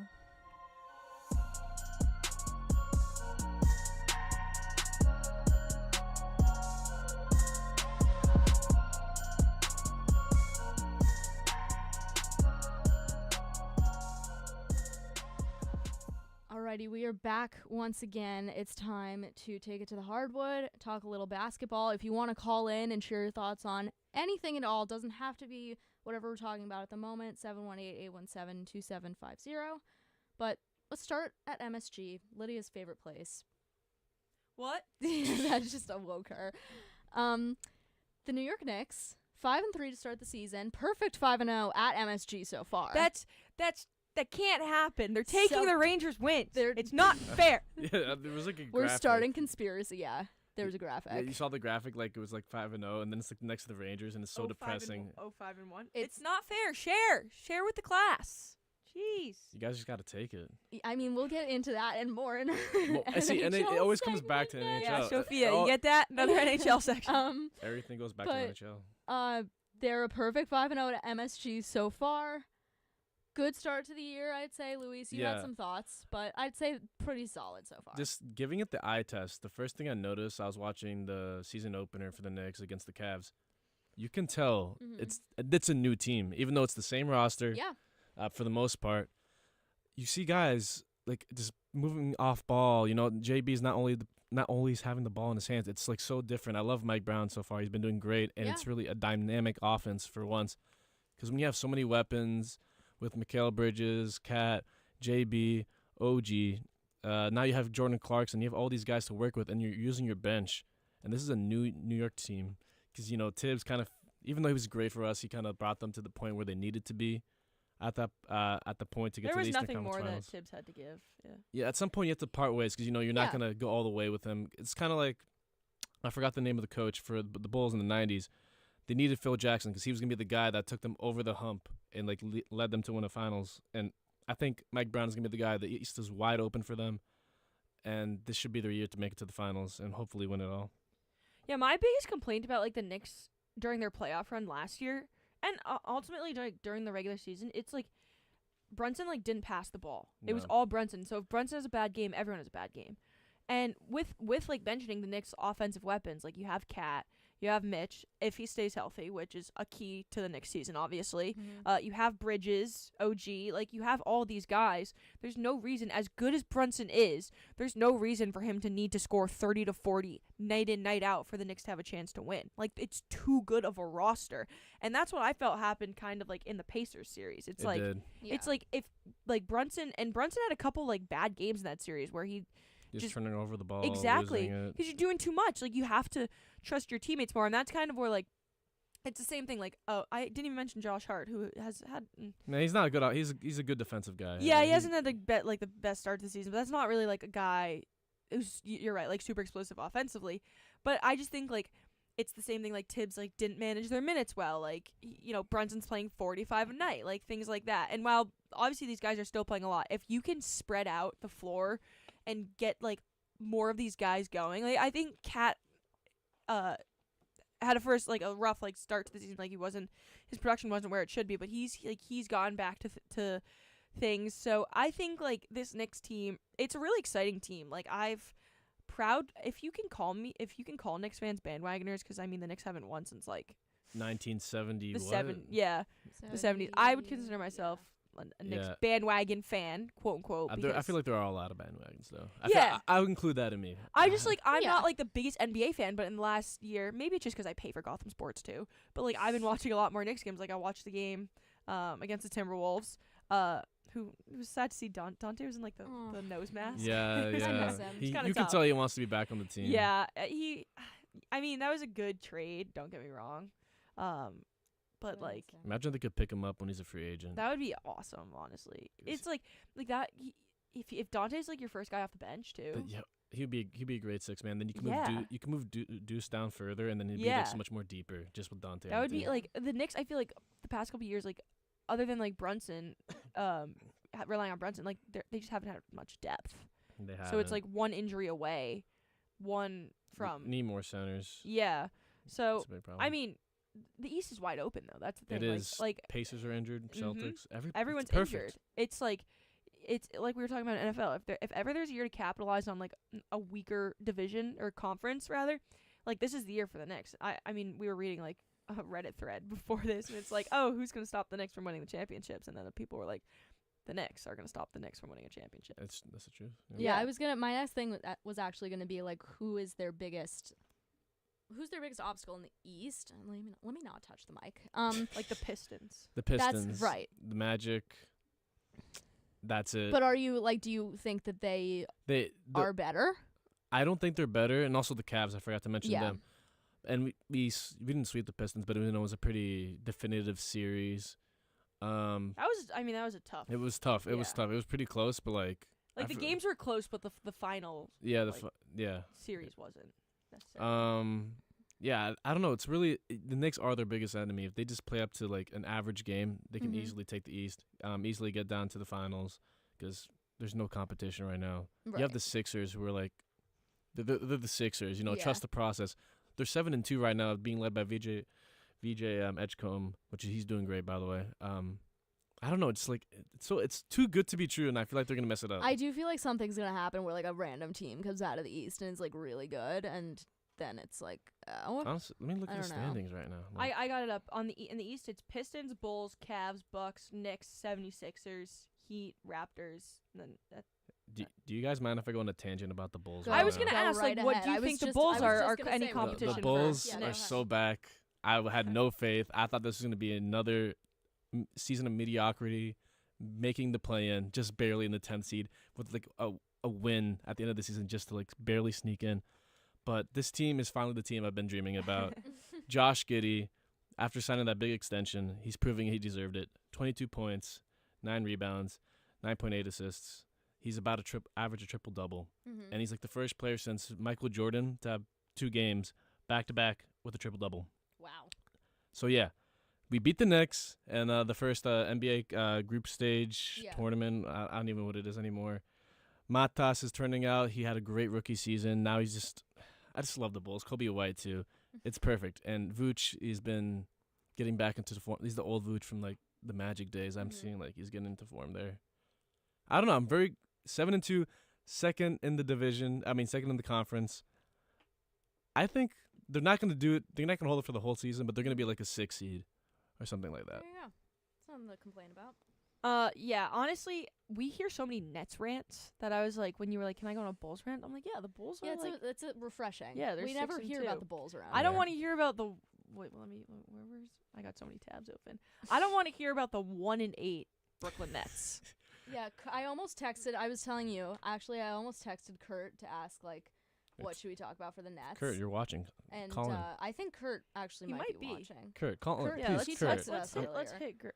You got to plug the number in. Yeah, Kurt, if you're listening, 718-817-2750. You know the number probably. Like he doesn't have it saved, yeah. too. I left that packet of Reese's in his car a couple days ago, and I just saw a text that he texted me yesterday at 8:39. Sorry, I missed this text, Kurt. Opened my car and got mad excited. He didn't even want me to leave those Reese's in the car. Yeah, he was like, they're going to melt. Yeah. They obviously won't. He read my text. Let's see if he calls in. Let's see if we you get talking a Nets. phone call. We can if you call in. He call can in. Run with us because we have like 10 minutes to kill. Where's Kurt? You know, I'm gonna go down to his apartment and just drag him down here. Yeah, I feel like Kurt's always in the studio, so it's during the NBA segment we're like, just get in here. That's get my in thing. On this. It's very weird to be here without Kurt because he's always on the here. radio. He's always on the producer He's always mic. either doing football or on one-on-one. Yeah, or he's like screaming through the producer mic. Yeah, I'm like I love confused. It's so quiet here without him. And I texted him this morning and he wasn't awake. I'm like, there's no like what? crazy NBA takes on the morning. I like, love Kurt on the producer mic. Like it's just Kurt so on good. It might be better than him being in person here. He's like screaming into it, and you can like he's standing, talking behind the glass. He's like pointing at people. It's like it's like, and it's always the worst take too. It's like, Grace, no, that is just an outrageous take or something. And Grace, like, Cam Thomas is gonna be MVP this season. Just you guys you have no faith. Exactly. Oh my God. Yeah, Cam Derek Thomas is is picking back. up the phone right now. Oh, do we have Kurt? Because this works because the Nets play the Knicks, I believe, tomorrow. This weekend. Oh. Yeah, I believe Griffin's gonna be out there. Is it? It's at Madison Square Garden, I think. Oh, Kurt's on the line. Derek just told me. Thank God. Boy. All right, Kurt. We Kurt got Sipple. Nets Knicks on tomorrow at 6:00. What are Let's hear your takes on that one, and Oh, probably man, gonna I be can't horrible wait. takes, but let's hear them. The Nets are back. One. No, Guess one I'm win.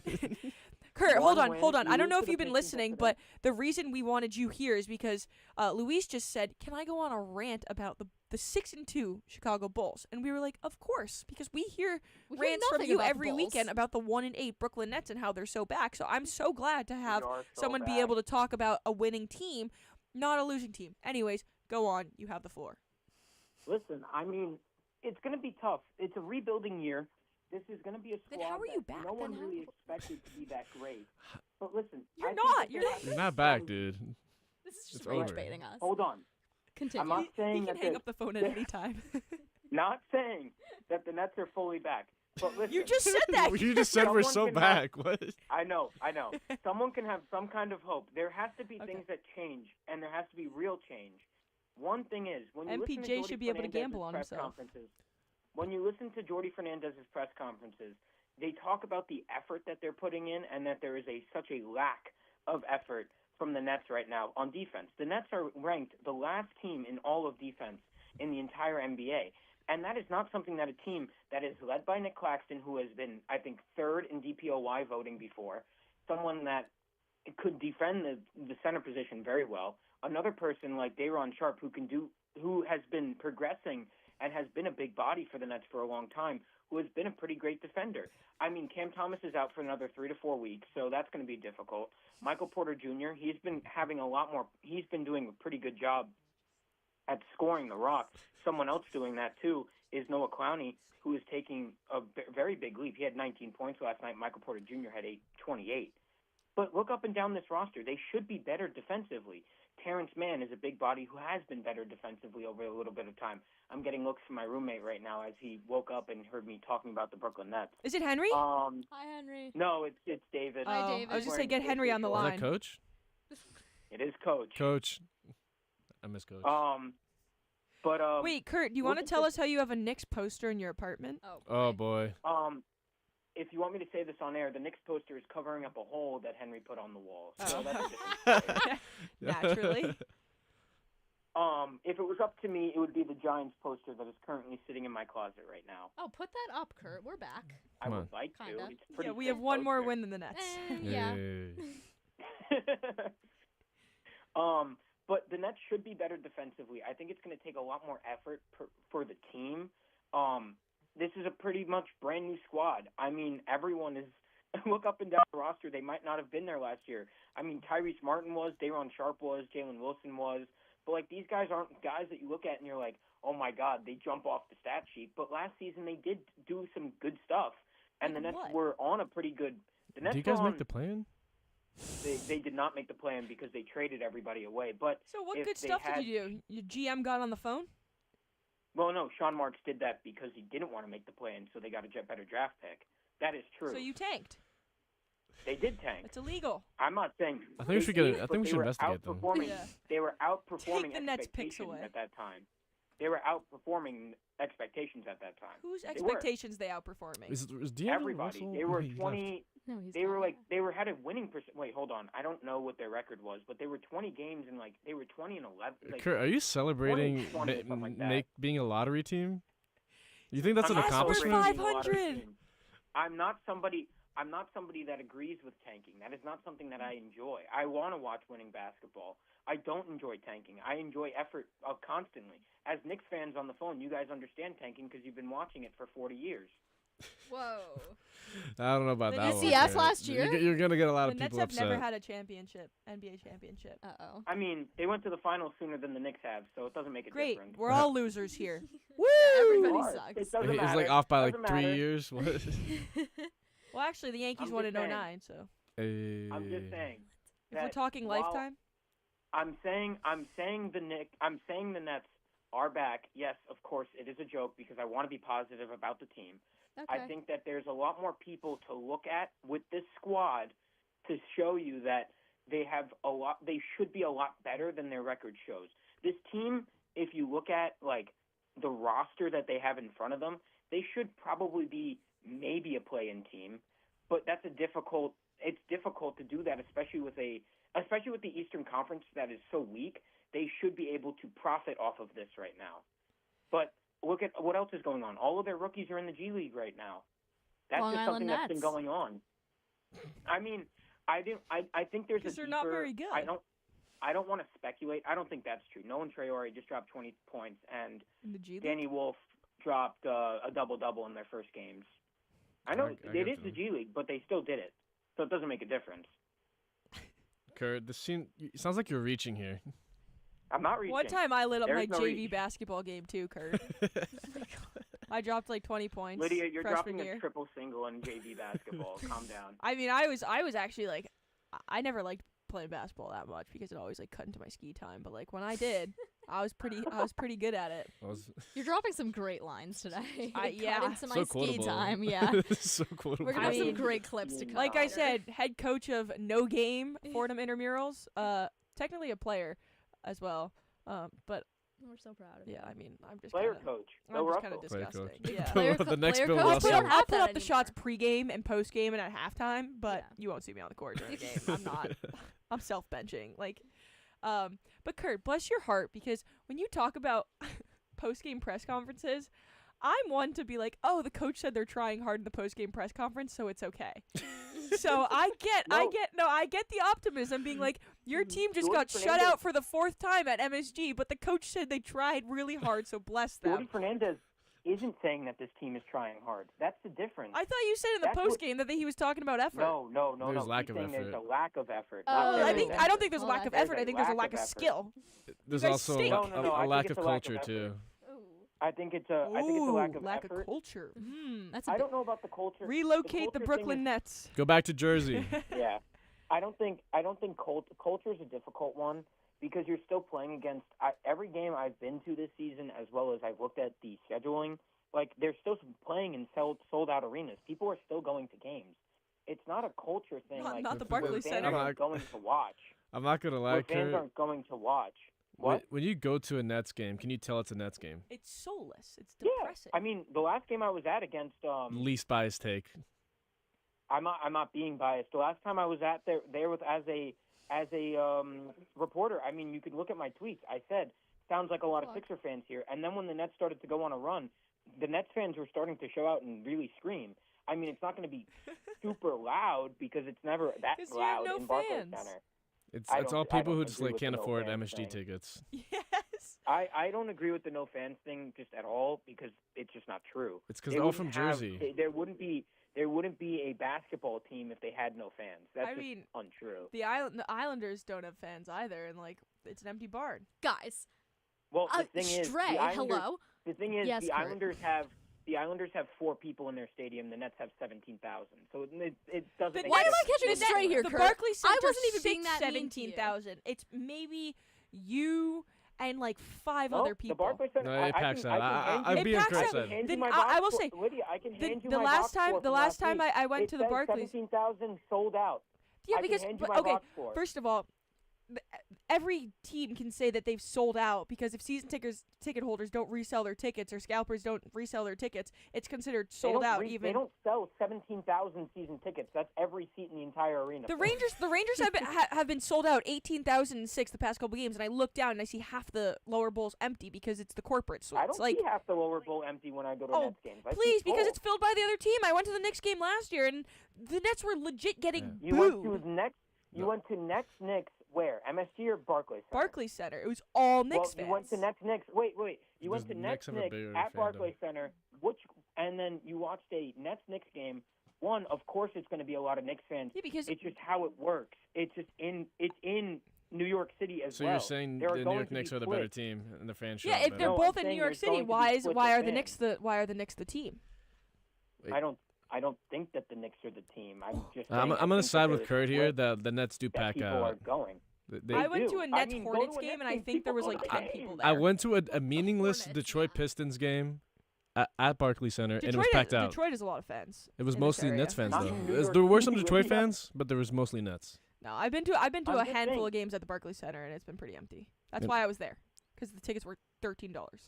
I got them for cheaper. Take it Five. Really? I'm Five. being, $5?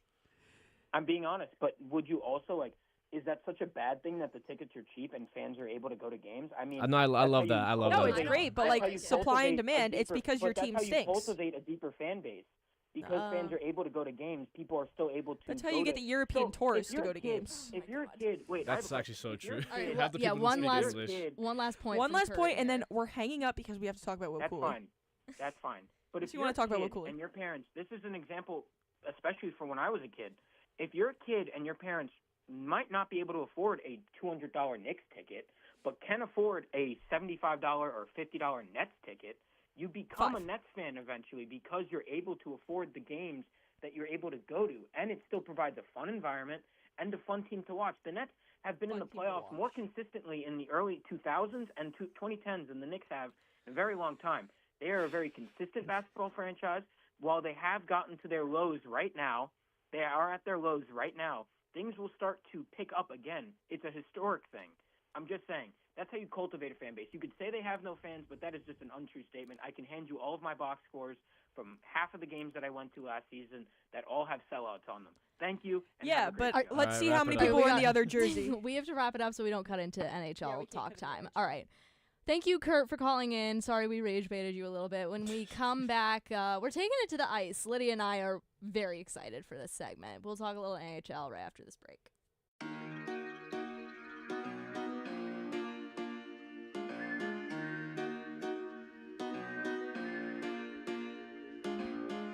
Hey everyone, it's Lydia Pirner. And Grace McCarron. And we are two of your hosts for 5 on 3. WFUV's best, if only, hockey podcast. With all the storylines in the tri-state area, you won't want to miss an episode. How will Matthew Schaefer fit in with the Islanders? And will the Rangers have a bounce-back season under Mike Sullivan? Finally, will the Devils be able to stay healthy and hit their full potential? Stick with us all season for all things NHL and Will Cooley updates on WFUV Sports.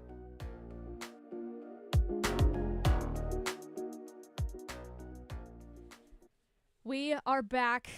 I'm trying very hard not to touch this mic because it fell last time. I think I've been doing pretty well so far, but we're going to take things to the ice.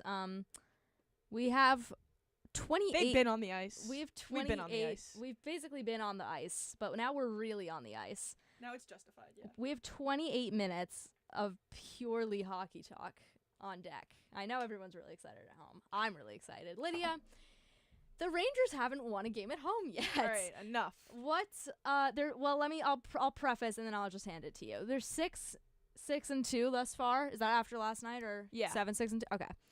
No. Sorry, 7-6-2. 7-6-2. I forgot to update this morning. Well, now they don't have 14 points. They have 16 points. Haven't won at home yet. JT Miller has said the other night, I believe, it's not cute anymore that we haven't won at home. It's not funny. I would argue that it wasn't ever. I'm genuinely saying, I'm not saying this to be like making fun. I would argue that it wasn't ever cute to begin with, but they did beat Detroit on the road last night. Noah Laba got a goal Shout in out. his home state of Michigan. And then we have Rangers Islanders tonight at MSG. And frankly, I'm very worried about this, but don't be. Lydia, just talk about the Rangers. Well, let's start with just mentioning the Islanders. If any Islanders fans are listening, which I don't know how many Islanders fans would be listening to this, but just rest assured tonight, I will be there. So the Rangers will be 0-6-1 because I've been at 4 of the 5 losses at home this season. I have not covered a win since November 14th last season, other than on Long Island. Right. So, excuse me. I'm not too confident tonight. But here's the thing. It was kind of like the same thing last time. When I'm like doing my post games, I'm like reflecting. It's like a reflection. It's not even like a reflection of like the stats of the game and like what happened during the game. It's a reflection of like my brain. Of what's like going on in my brain. And I'm like, it kind of stinks that they've been so bad at home because they are 7-1-1 on the road. So like hypothetically tonight, if the Rangers were to lose, it's like you play such a good game last night, but this overwhelming monkey that's on their back of not being able to win at home is going to take precedent. The fans are going to boo. The players are going to hold their heads down when you just had an incredible game last night. So first of all, there's no way that the Rangers go like 0-39 or what is it? Yeah, 40-1 at home this season. It's not going to happen. They're going to win eventually. But right now for me, it's like they're playing good, but how many times, I kind of mentioned the other night, how many times can I keep being like, yeah, the Rangers played a really good game, but they got goalied again for the 4th time or whatever. Like, Stuart Skinner, Charlie Lindgren, like Arthur Sheloffs. Like, how many times can I just be like, Kachekov last game, the goalie goalied them. Like, you scored 0 goals. What has to happen at home, and, Panarin said it the other night, and then he said it last night, because, the other night, when I was talking to Panarin, I was basically like, what is different at home? Like, why are you not winning at home? Why are you playing so well on the road, but you can't win at home?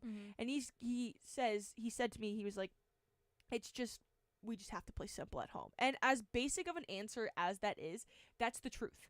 Because what they're doing on the road is they're not overcomplicating things. Because honestly, when you're the road team in like the regular season, there's less pressure on you because you're not trying to put on a show for your fans. You're just trying to show up and play. Like, honestly, the road being on the road, home ice advantage. I wonder if there's like not even home ice advantage, like in general for sports other than baseball. Baseball might be the one sport where like home field advantage matters because ballparks are different. Yeah. I genuinely want to see if there's a stat that actually like measures is home like a better indication of something. Maybe because maybe sports like hockey and soccer where you don't score as much, it doesn't allow the fans to get into like the game as many opportunities. Where like basketball, I think it matters because like it's so back and forth. But I just think the Rangers like genuinely have to play simple at home. They're not getting bodies in front of the net. That's something Sullivan talked about after the loss against Carolina. He said all the goals in the NHL, when you see how goals are scored, when you saw the 2 goals that were scored against them, non-empty netters, in that game against Carolina on Tuesday, sorry. It was all Shesterkin couldn't see the puck. Yeah. It was his eyes were taken away. So he basically was like, we have to do a better job getting in front of the goalie, taking his eyes away because that's what players are doing to us. But here's the good news for Rangers fans. The Breadman has shaved his head. And I don't know if anyone knows what that means, but he snapped a 6-game goal-scoring drought last night. He had a goal and 2 assists. And the last time he shaved his head, he went on like a wild rampage of just the best play he's had in his career. It was 2 years ago. The Rangers went to the Eastern Conference Final that year. So, yeah, he shaved his head after the game in Carolina because he said something's got to change. He's also changed the way he sharpened his skates. And how did you find that out? Well, it was Colin Stevenson's reporting, and Colin Stevenson had to like quote tweet or add to that tweet. He's serious. Like Panarin added like, I'm not joking. Like I'm dead serious. The only joke that he made is like if things aren't going well, he's gonna go lefty. Like that's the only joke. Yeah. But like genuinely, he shaved his head. He changes the way he sharpened his skates, and he had 3 points last night. So. For all you stats professors out there, causation does equal correlation. Because I know we're taught causation doesn't equal correlation, but in the case of the Breadman, it does. So really good to get him back in the goal-scoring column because Taylor Raddysh's been the Rangers' leading point getter, and it just it hasn't I love Taylor Raddysh. You know I love Taylor Raddysh. I know, but I don't want to see Taylor Raddysh's name atop the point-scoring streak because that means that players probably aren't playing that well. Right. Love that Raddysh has 5 goals. Love that. Shout out Taylor. But let's maybe see the Breadman. Let's maybe see Mika up there. Would love to see Cooley's name up there, who we already talked about how he nearly died last night, how I nearly died because he nearly died, but he's okay. And he has 2 goals and 4 assists in his last 6 games. And math, guys, that's point per game. There you go. He scored a power play goal to snap the Rangers' power play streak. I think after that Carolina game, they were 4 for 35 or something. Ooh. They're 4 for 34. It was bad. Yeah. They were near the bottom of the league. But Sullivan talked about after that game. See, I'm pulling a Kurt. I'm just talking about the post game to cope. He was asked about what needs to change on the power play because they're getting good looks but they're not scoring. So how long can you it's the definition of insanity is do the same game, the same thing and expect different outcomes. So Sullivan was basically we as coaches we're going to go back and evaluate how we can help our players, how we can put them in a better position to score, to get back in the goal scoring column on the power play specifically. And ultimately he put Cooley on Unit 1 instead of Lafreniere, which I think was Cooley's role. He ended up yes, he got the power play goal on a wrist shot, but his role is to kind of take Kreider's from last year, the whole take the goalie's eyes out of the equation. Yeah. Because he's a big body. But yeah, I mean, Rangers get that power play goal, so hopefully that gets the rest of them going. Lafreniere gets on the score sheet last night. That's big because he's had a tough go. He's gotten good looks, but he hasn't found the back of the net nearly as much. You mentioned Noah Laba scoring in front of he had 60 people there last night. That's his first time playing at his childhood favorite team's arena. So that's honestly a really cool moment. It was good to see Laba get that. Cooley got a goal called back. That's the 5th goal in his career. I can think of off the top of my head. Pittsburgh in 2024 called back offsides. Edmonton was kicking motion. It was not a kicking motion. Called back. Seattle the other night. They said he pushed his Joey Cord's puck pad into the goal. BS. that should have been a goal. Last night, that also should have been a goal. Like, I can go on about the goals. I Boys had taken back. I'm really Anaheim Ducks. terrified. Last year I was at the Anaheim Ducks game, and he got a goal called back, and then he ended up getting a goal later in that game. But he would have had a 2-goal night, so that's at least 5 that I can think of off the top of my head, and I'm sure there's more. Maybe not, because if I can't think of it, then like no one can. I don't think even he can. I don't even think his mother knows. No, I this. feel like it's like if he's available tonight or whatever. Say the Rangers win, I'm like, and because if he's available, it would be because he played a good game. Be like, so why do you play really well against the Islanders? And he'd be like, do I? Like, how do you know this or whatever? And you just start reciting I it. just like so last time you scored a goal on Long Island and you assisted on like Mika's goal. You had 2 points in that game. Grace McCarron and I were there. Then the game before that, it hit off your head off a Zach Jones shot. I don't know if you remember that. And then the game before that, you beat Sorokin with a wrist. We'll just go on and on. Yeah, and he'll be like, wow. And he'll be like, get this girl out of here. All right, restraining order. Yeah. Like, well, I would be like, yeah, about time. Yeah. Like, Can't no, believe it God took this long. God forbid a girl cheers for her favorite player. Like, I had a rough go with Brendan Smith. Like, it didn't work out. Things with him. Sammy Blais was my favorite player at one point. So God forbid someone be happy that she finally chooses a player that's not terrible, not an AHL player. But other note from the game last night. I have his name written down as Hemelish. Okay. We don't know how to say his name. We're gonna work on that. But he made his NHL debut and had his first NHL fight last night. Bench was fired up. So yeah, all in all, really good game last night. Hopefully they can transition that into tonight. It'll be interesting because the Islanders, they're like up and down. They're not a team that you can. I don't think they're a team that you can be like, oh, like it's a guaranteed loss. I mean, like, the Rangers lost to the Sharks and the Flames. Like, let's set our expectations. And the Islanders, we'll talk about them momentarily, but like they had a great game against Detroit. Actually, the last time I was out there before last night, and Detroit is much better than like the Wild are not great so far, but they just had nothing last night. But Yeah. they'll sometimes turn on the Jets. Like they got their first win in the season against Edmonton. They played a great game. And then they played really well against the Red Wings. And it's like, okay, these are really good teams. And then you can't get rid of the teams that are, like, not that interesting anymore. And I think the Wild are going to figure it out. But, I mean, the Wild had a slow start to the season. Like, they weren't scoring 5-on-5.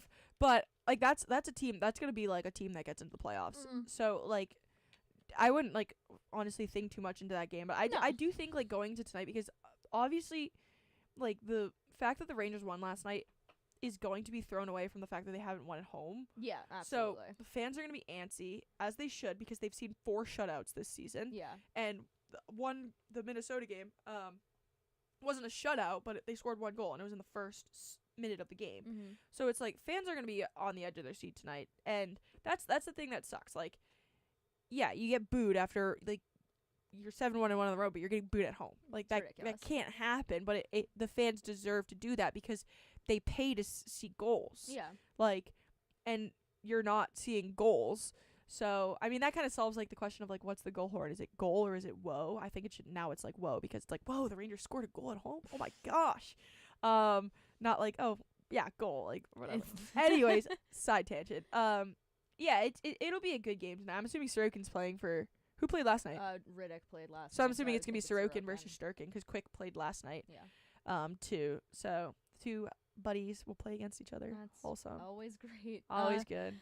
Luis, any thoughts on the Rangers thus far? Like, what is this whole not winning at home thing? Do you about? believe that the Knicks have cursed the Rangers to take? I don't know about that, but that would be crazy. Yeah, it's been very sad to see how far they've fallen, especially in like these past couple of years. They had some great playoff runs. Some like even though they didn't go all the way, not even to the Stanley Cup Finals, they had like a lot of runs. I feel people remember for a long time. Yeah, they were just such a. For a while, the Rangers were the pride of New York.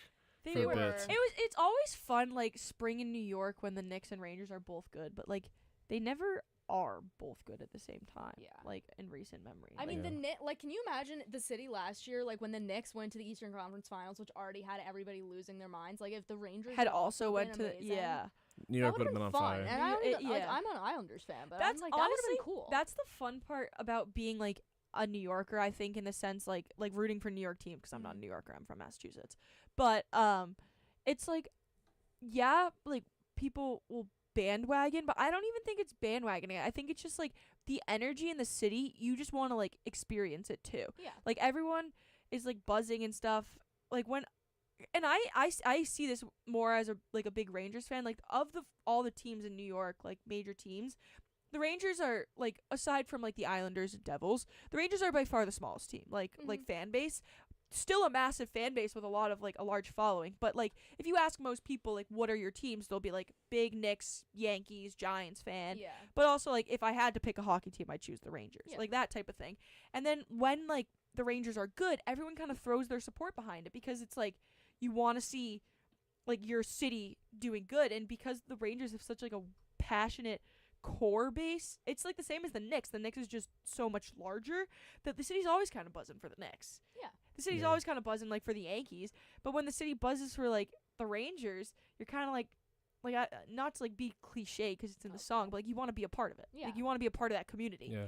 And that's like it's fun, but yeah, they haven't been good the past couple years, and it was more last year. So that's like, I really think that's gonna change. It's hard because they have been so good on the road, but then they've been so. They look like a whole different team on the road. It doesn't make any sense. I don't care if they're. How much longer can I look at the deserve to win a meter and say that they were supposed to deserve at home? You drop the points. 10 points, 11 points gone. I don't care what the deserve to win a meter says. And if I look at that any longer, I'm gonna drive myself crazy because shoulda, coulda, woulda. Yeah, shoulda. Yeah, shoulda gotten those points. So. I mean, it's unrealistic to expect a win every time, but like, come on, just one win at home. One win gets everything. It just puts everyone at ease. You just have to get the first one. Rangers have to be the only team in the league that doesn't have a win at home. Like, I can't imagine. We're deep enough. We're now a month into the season, and this is still going on. We're 15. The Rangers have played 15 games, and I think everyone's from somewhere between 12 to 15 games. The fact that we are 15 games into the season is crazy. We're almost fourth of the way through the season. No, I can't. That's crazy. Time's moving too fast. I mean, we're almost seniors, so it's like we're all gonna we're in basically graduated. I mean, it's basically over. Cooley doesn't have a knee, right? So it's like, what are we even doing? The world's gonna explode one day. We live on a floating rock. Like, what are we doing here? But no. So yeah, game tonight. I'll let you touch on the Islanders though, because they are playing tonight. So what are you expecting from that game? Honestly, like, put your expectations aside because I feel like with us, we always like keep our expectations low when we're playing against each other. Yeah. It's like, oh, well, I'm always like, oh, the Islanders are gonna win. You're always like, no, the Rangers are gonna win. Yeah. But I think it's like our coping mechanism too. Well, like, I do think the Rangers are going to win. The Islanders are too inconsistent at this point for my liking. The defense last night was kind of a disaster. Specifically after the game, Patrick Waugh was asked about Romanov and D'Angelo, and he did not say specifically that they were the issue, but he said basically, nobody had their best game tonight, which, okay, do with that what you will. The first period especially, I think it got a little bit better as the game went on, but the first period, they just had nothing. And again, the Wild are not the top of the line team that they've played better teams, and they've looked much better. I'm sorry. I'm just looking at this lineup. This offensive lineup sucks. For the Islanders? Yeah. No. All right, let's go through it. Okay, I'm on, as of Daily Faceoff, which keeps their lines pretty active. Bo Horvat. Horvat's been so good. Emil Heineman. He's been also pretty good. And Barzal is your first line. That's my goat. So that's fine. I'm not going to say anything Your bad second about that line is centered by Callum Ritchie, and then Jonathan Drouin and Kyle Palmieri on the wings. Yeah. Your third line is Pajot, Lee, and Holmstrom. Yeah. And then Cizikas, Duclair, McLean. That last line there is really leaving honestly something to be desired, but it's fine. The last, three lines aren't great. I would say not my favorite lines. The first line I think is very solid. Emil Heineman has been great. Montreal gave the Islanders Emil Heineman in the Dobson trade. Yeah. And he's been wonderful. I mean, but your defensive pairings, Pelech and Ryan Pulock. Yeah. Schaefer, Mayfield, well, at least your left side's fine, but Scott Mayfield doesn't exactly have a great track record against the Rangers. I know. Stadium Series, always got to bring it up in front of Grace. He took all the penalties to allow the Rangers to come back in that one. Thanks for the win. Romanov, and D'Angelo, like both of them. How is Romanov not on the great. third pairing? This guy was like the future of they the Islanders. They just He's signed the him reason to a why, huge contract. Exactly, he's the reason why they justified trading Noah Dobson. Right. Yeah, he has not been awesome to start the year, and neither is Tony D'Angelo. But I don't know, dude. The defense. I mean, the not my D'Angelo goal favorite. tonight is a lock, like absolute lock. That would be great because I've not loved what I've seen from him yet this year. Well, former Rangers always score against the Ranger. That's Yes. like that's so that I'm saying that's a lock. If you have anyone in their NHL debut, that's a lock to score against the Rangers. Like I someone don't believe searching we for their first do, I NHL goal, fear. that's also a lock. I mean, this. But the thing is, like, sorry to go back to the Rangers. Monday night, we played against a Tuesday night. I keep saying Monday night. Tuesday night. We played against a completely depleted Carolina Hurricanes back end. Right. And what? Scored 0 goals. Yeah. Eventually, it's like, are you getting goal lead or are you just not scoring? Like that's what you have the to wonder. stats is saying that they're getting goal lead, Yeah. but Sullivan's like, the goalies are making the saves that they should because we're not taking the eyes away. Exactly. So it's like that's something's got to give tonight or not, and they just lose. Who knows? But like the Islanders. Like we know, Ilya Sorokin has been like he's had some great games. He's made some amazing saves, and then he's had some games where you know it's not great. Kind of why Riddick being, other than last night, wasn't obviously great. I don't really know if it was entirely his fault, but he's been pretty solid. He's had some really great starts. Thank you. Oh, I love Max Fried Respecter on Twitter. Sorry. She said, what's her name? Adira. Love her. Yeah, dear. She said, "I'm not doing this without Cools. Goodbye." She's funny. And then she said, "Oh, thank God," and posted a picture of him. So. But their inconsistencies worry me, and obviously the Rangers are very, very hungry for the win at home. So I'm worried that the defense is not going to be able to stop them. If, Honestly, they get going. The keys to the game tonight for both teams is the first 10 minutes, and I mean that always goes without saying. But it's like the Rangers on Tuesday had a really good start to the game. They didn't cash in on their power play, and then you knew like, okay, they're out shooting Carolina like 13-4, and it's 0-0. Yeah. Gavrikov takes a penalty, like, all right, it's going to the back of the net. Like, Hurricanes are scoring, like, and then you're playing chase, like, catch up. Yeah. So, like, the key to the game, like, I don't know if it's, like, the hottest take to be, like, the team that scores the first goal in this game is winning the game. I think so. I think, like, hopefully we don't have a repeat of last time at MSG when Anders Lee scored the first goal and then it was overturned on penalties. And then Cooley scored the first goal instead. Yeah, and then they got shut out for nothing. Whatever. It's fine. Anyway, Rangers and Islanders tonight, 7 p.m. Louise, do you have a prediction for us? I'm going to have to do the Lydia math. I was going to say, there's going to be an angry person in here either way you go. But if you say the Islanders are going to lose, like, I wouldn't even be mad. I think I'm going to hold your hand when I say this. They're going to lose. Yeah. I don't know. I always felt like the Rangers are the big brother to the Islanders. Oh, they are. They absolutely are. We're big and mighty. 4-2. 4-2. Yeah, I'm it's like I don't even like I'm so unconfident in this team that like at home. But I think tonight it would I feel like it's storybook. Well, first of all, if either of the Rangers or Islanders team are listening to this right now, do not go to overtime. Do not go to overtime. She has to come to formal. I got trains to catch. I got places to be. Do not go to overtime. Wrap it up quick and play quickly. No unnecessary fighting. No penalties. I don't need any delay of games. No, let's get this game going. Let's get it wrapped up by 9:25. I want to be in the locker room at 9:30, and then I want to be out of MSG by 9:50 to catch that 10:26 train. There you go. Out of Grand Central. And then I will run from the Fordham's train station to my apartment, change, and then I'll be informal. Anywho, I think the Rangers. I mean, they didn't break. It's like I don't want to say they're gonna break through tonight because I said that against the Sharks, and then they didn't. And then they didn't.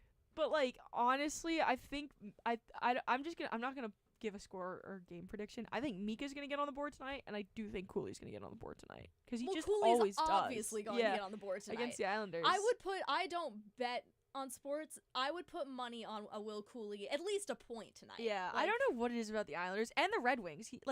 I texted someone yesterday. I was like they were playing the Red Wings last night or whatever because they're playing the Red Wings at home in a couple weeks, and I was like, Cooley always plays good against the Red Wings, and then he gets a goal. So I'm like, there's certain teams that he plays good against, and the Red Wings and Islanders are the two teams.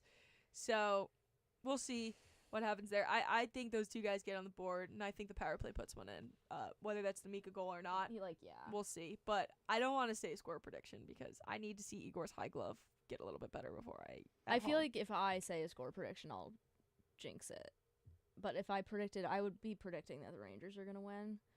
But I don't know. I don't want to say a prediction because, like, what if I just don't believe in it. Like, I just don't know how to universe? believe, like, right now with them playing at home. Like, it's just every game you go into, You're and I show up and I'm like, guys, this is the night. And they're all like, ugh, you're here. And I'm like, damn right, I'm here. Like, you're like, God, I wish this game was at UBS tonight so the Rangers could win. yeah. Literally, like, everyone, like, on that bridge knows my record, like, my portable track record right now. So, we'll see if they keep accepting my credential at this point. Bobby, thanks for putting me in if you're listening. But we need some wins here. Let's go. I was actually thinking the other day, like, I feel like whenever I cover the Islanders, it's either, like, a great win, like, against Detroit last time, or it's, like, a total nothing burger loss. I was thinking... It's not, like, a devastating loss. It's, like, a nothing burger. Like, how much... What? Sorry, Owen's, like, dancing over there, and I thought he was... YMCA. Thank you, Owen. Go Yankees. Anyways, 7th inning. Come on. All right.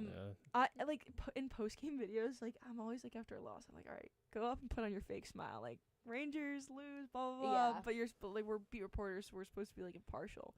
But last game, I like tried. I went up there and I was like, Rangers lose to the Hurricanes. Final score 3-0. And I was like, I watched it back and I was like, man, I just can't keep putting on this fake smile. They need to win at home because I'm sick of it. I don't know what can be done. Like, what have I done to deserve this? Well, you also, like, not to bring this up, but, like, you ran the Giants 5K a couple weeks ago. And then Cam Scadaboo's ankle's gone. Exploded. Like, what? Curse. But the thing is, 2 years ago, in this season that the Rangers went to the Eastern Conference Final against the Panthers, I was 12-0. You never saw a loss. I never saw a loss in that season. So why am I like in the why am I have like all my stats written down. Of course you do. I mean, I'm insane. Like, what are we? The luck ran out eventually. I used to have all out. my Mets games written down, but I think I'm like 500 at Mets games, like, over my lifetime. So, like, 6 years. I mean, I have a winning record, but like, I'm 30, 24, and 5. That's not and bad. regular season 24, 14, and 3. But like, I'm 0-3-1 this year, and I was 9, 11, and 3 last year. Like, that's just not great. You can't have it. And I don't even know where those 9 wins came from in 20. It's getting really late, 2025. or it's getting late early. Wrong. I'm getting restless. Like, genuinely, I sit on that bridge and I'm like, just like, stay professional, stay professional, stay professional. I just want to scream. Yeah, I'm just like, I'm sitting there like this. Honestly, I don't get it. Like, I just want to see my locker room happy. Yeah, I just want to God be like, forbid.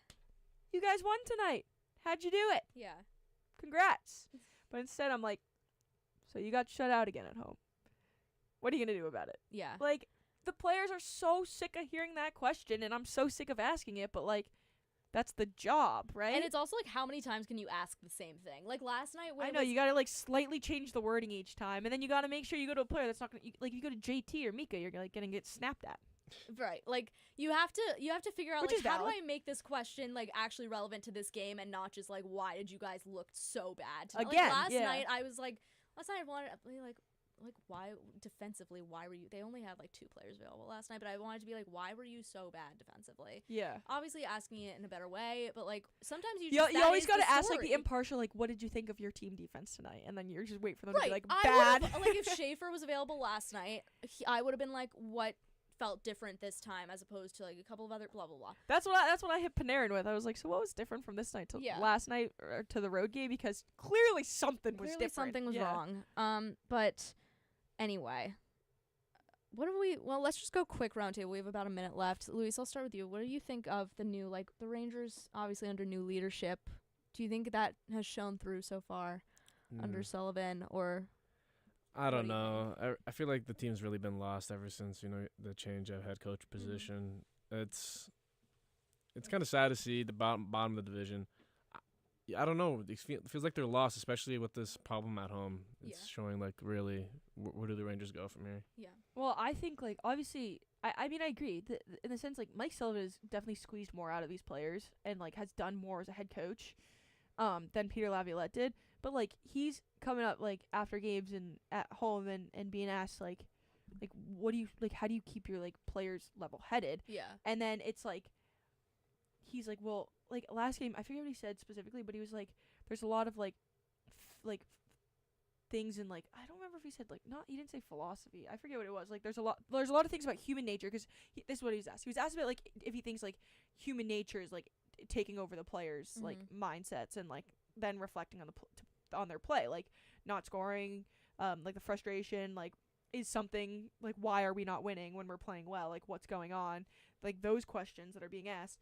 And then he was like, there's a lot of things about human nature that just can't be present in the game of hockey, in sports in general, which is true. Like the thing about sports is like so much is not going to go your way. You can't let it phase you. But it's just when you have this pile up of like, why are we playing well on the road but we can't score at home, especially when you really want to score at home and win at home, because that's like, it's for your fans. It's a lot more fun when you win at home than when you win on the road, I imagine. I know every win is like technically created equal, but you can imagine that it's more fun to win at home just because of the festivities associated with it. Right.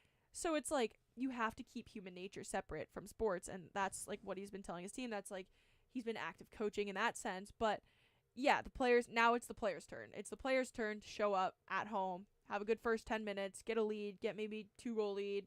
Nope, 3 goals, because 2-0 is the most dangerous lead in hockey. Yeah. But we'll see. Only time will tell.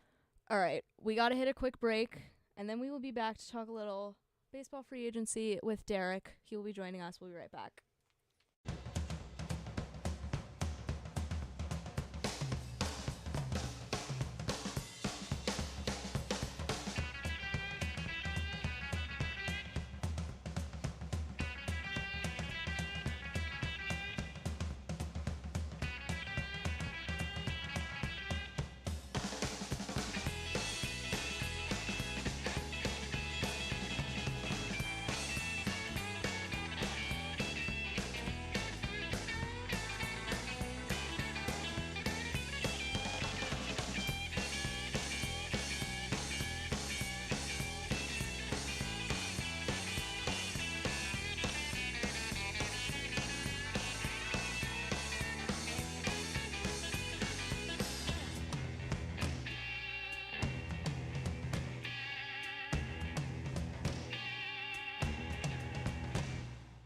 You're listening to WFUV, New York.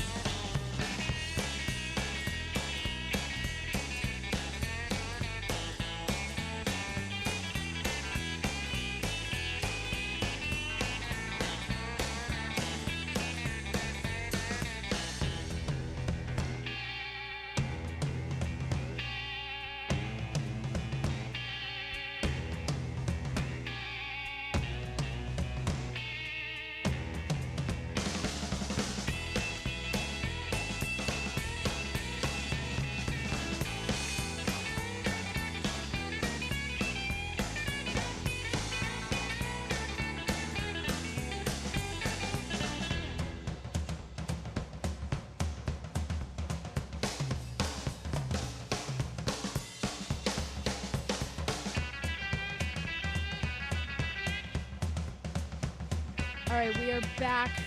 We have a little bit more baseball to talk about. MLB free agency is now the hot topic, of course, with the World Series coming to an end, especially for our two local teams.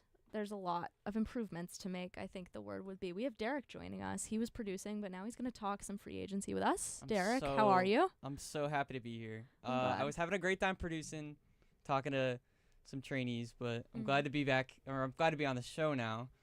I'm a big Yankee guy, so I'm glad to talk some. So we got to team up on her. I'm glad to talk some Yankee free agency. We'll talk Mets a little bit, and then we'll talk about anyone that everything the Yankees are just gonna sign the whole MLB. So Yeah. it's all right. All right, let's get the Yankees out of the way. My first thing that I wrote down here is I think they should bring back Cody Bellinger. I think I haven't really seen anybody be like they should let him go. He had a great year for them.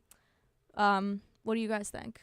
I think they should definitely take him back. He was great for the Yankees. He Yeah. really fit in. He looks great in his pinstripes. He has expressed interest in wanting to return. He has history with the team. His dad played for us. I think it's just gonna be a perfect fit. You still need he could move back to first base because there's question marks around Paul Goldschmidt and Ben Rice if he's gonna transition to catching completely. So it would be a perfect fit, and the left-handed too. Yeah, I'm gonna play devil's advocate. I'm gonna restate before I play devil's advocate. I'm gonna say that I agree with that, and I want Cody Bellinger to come back as a Yankee fan. But the whole debate with Cody Bellinger coming back is Cody Bellinger versus Kyle Tucker. Yeah. So which one would you prefer? Exactly. Which would you prefer? They're similar numbers, but the whole thing is actually I'm not gonna play devil's advocate. I lied. I'm not playing. I'm gonna go for Bellinger. Mm-hmm. The whole thing with the biggest thing that we see for free agency, specifically for the Yankees, I'm not follow the Mets a huge. I'm not gonna lie. Mm-hmm. I don't know if this affects the Mets as much because it is New York. But whenever you sign people, the biggest worry for free agents is whether or not they can actually play in New York because of how different the New York atmosphere is. You see it a lot with a lot of different players. You saw with Cody Bellinger this year. He had a rough start to the season. That April wasn't good, but after that, a really, really solid player. Played better than he has the past couple years. Really good defensively. Played everywhere. Good slash line. Hit lefties. Did everything he had to and more. And then if you don't re-sign him and you go out and let's say you can get Kyle Tucker, you don't know if he can necessarily perform in New York because you see guys that don't. Mm-hmm. Devin Williams Mm-hmm. very obviously did not perform in New York. So you could have a Devin Williams situation. You could end up with a guy.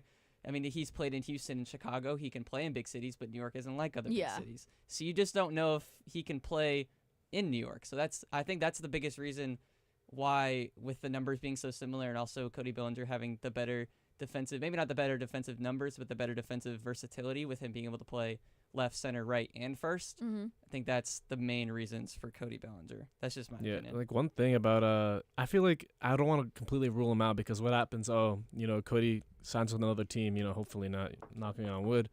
Kyle Tucker would be a great signing. I think that's a good backup option. Not saying like making him sound like he's a horrible player. It's all right. I'll take him if I'll get him if I can. But no, if I we think have to. Yeah, I'd love to sign him if the opportunity does come and that's what it ends up being. I think he'd be. I don't know if it's gonna be a good fit because again, you bring up the argument that people don't live in New York. New York is the brightest lights in the world. So yeah. I wanted to bring up another guy here. This is one thing I think the Yankees need, and you guys, are more locked into the Yankees than I am. But thank you, Bob. Thank you, Bobby. Was that IFB or could they? Yeah. So for everyone listening at home, Bobby just said Juan Soto. I mean, yes, but obviously that's not gonna happen. You can trade him to us. No, that would be my last day on Earth. But I think the Yankees need a little more contact hitters. Obviously, they have the big swingers. That is a big problem. Yeah. One guy that I'm a big fan of, mostly because he was great for my fantasy baseball team, Stephen Kwan. Trade possibility. I have seen a lot. High of that. average kind of guy. What do we think? Need that. I think I saw a trade potential. It was 1-1 for Kwan and Spencer Jones, which I don't know how either team would feel by that because I know Stephen Kwan is beloved in Cleveland. Yeah. And the Yankees are also very high on their two prospects, George Lombard Jr. and Spencer Jones, which they were also very quick to trade for Paul Skeens, by the way. Which, I mean, it is Paul Skeens. But I just don't think there's a world where Cleveland gets rid of Stephen Kwan with how I kind of agree. Their year was expected to go, and then they ended up making the insane playoff run at the end. I don't see a world where he goes. They have the core with him, J-Ram, and a lot of other guys. I don't see a reason for him to go. I mean, I would love, obviously, if there's a world where we can have Stephen Kwan, as a Yankee fan, if there's a world where I can watch Stephen Kwan in pinstripes, love it. I just don't see a world where, at least this one, where he is in pinstripes. Yeah, what do you think? Yeah, I think he would be a great fit, but again, I don't think it's realistic. I'm gonna copy exactly what Derek said. Cleveland, even though they haven't been performing, usually the team that barely makes it through the American League, why would you trade them? There's no reason. You guys still have a solid team. You can just put a couple more pieces and you could be in contention again. Mm-hmm. So what's the point? I don't see what they get out of that. And then another thing, the Yankees kind of need a lot. I feel like they do. They do. Bullpen, everything. Bullpen. I was just gonna say maybe bolster the bullpen a little. Is there anybody you guys see out there? And I know who you might say because No, yeah, I'm not. Mm-hmm. Edwin Diaz is a Yankee. He's gonna be a Yankee. He would be perfect for the closer role. We have David Bednar. David Bednar's great. I actually love David Bednar. I love him too. I'm jealous that you guys have David Bednar. And him being able to go 4 or 5 out saves. Yeah. It's like and his intro to it's Renegade awesome. by Styx, sick. Anyway, he looks great. There's a couple other too. Mets relievers that are on the block, which we might talk about in a little bit. There's a couple. I mean, they weren't necessarily playing that well. At least Ryan Hesley wasn't. But Drew Smith is available.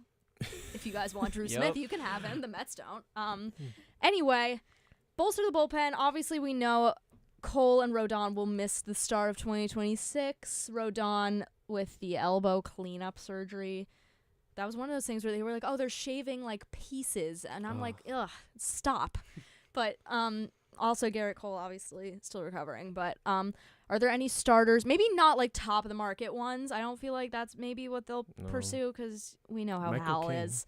Michael King. A reunion. It's going to happen. Me and Bobby, while you guys were talking, we were having our own side conversation. We were talking about that. Because obviously you just said Cole Rodon missed the start of the season, but let's just pretend it's June. You sign Michael King. You have Cole as your 1. So you go right, left to Fried, who's your second ace.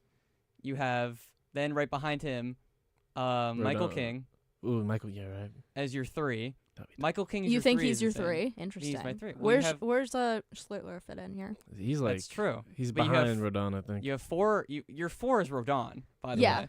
You have 5 Schlittler. That's an incrable rotation. And in case there's any injuries, you still have Heel, you still have Schmidt, maybe halfway through this season, next season, and you still have also why am I forgetting? Yeah, I'm blanking on the name too. Shoot.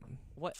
How am I forgetting this name? I wasn't too fond of him. I remember his face. I can remember his face, but I just can't say his name out loud. Will Warren.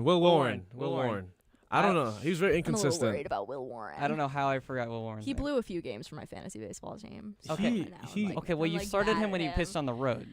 No, I didn't actually. I started him at Yankee Stadium once, and he was not good. He goes and I good. really needed a win that day. But he's great for 4 innings, great but on for, that like, 5th the first inning, 4. Something about the 5th inning is like it is good. It just goes completely.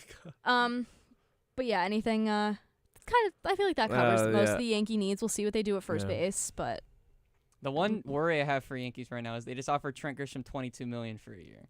I think that's good because then if he says no, we get draft compensation at least. He's not gonna say no. He's Trent Grisham. Grisham. Why is Trent Grisham making $22 million a year? He was a great bat last year and great defensively. He might have not shown up in the postseason, but he batted 130 in the postseason. Yes. Oh, guys, that's what I'm talking about. That is not how he performed regular season as a Padre against. I don't the care Mets about his in the regular postseason. season. Regular season, he was a great guy. He he led the league in grand slams. Yeah, he had that like was 3 kind of a or weird 4. little That's stat. really cool. Yeah. But the Yankees have enough outfielders. They do. So we do have enough. Also, if we throw Stephen Kwan in here, do a You're little throwing Stephen matriculating, this could be a really good outfield. And if you're they still pull leaving this Spencer off. Jones in the minors, by the way. Yes. He's still sitting there. He's Yeah. lefty Aaron Judge.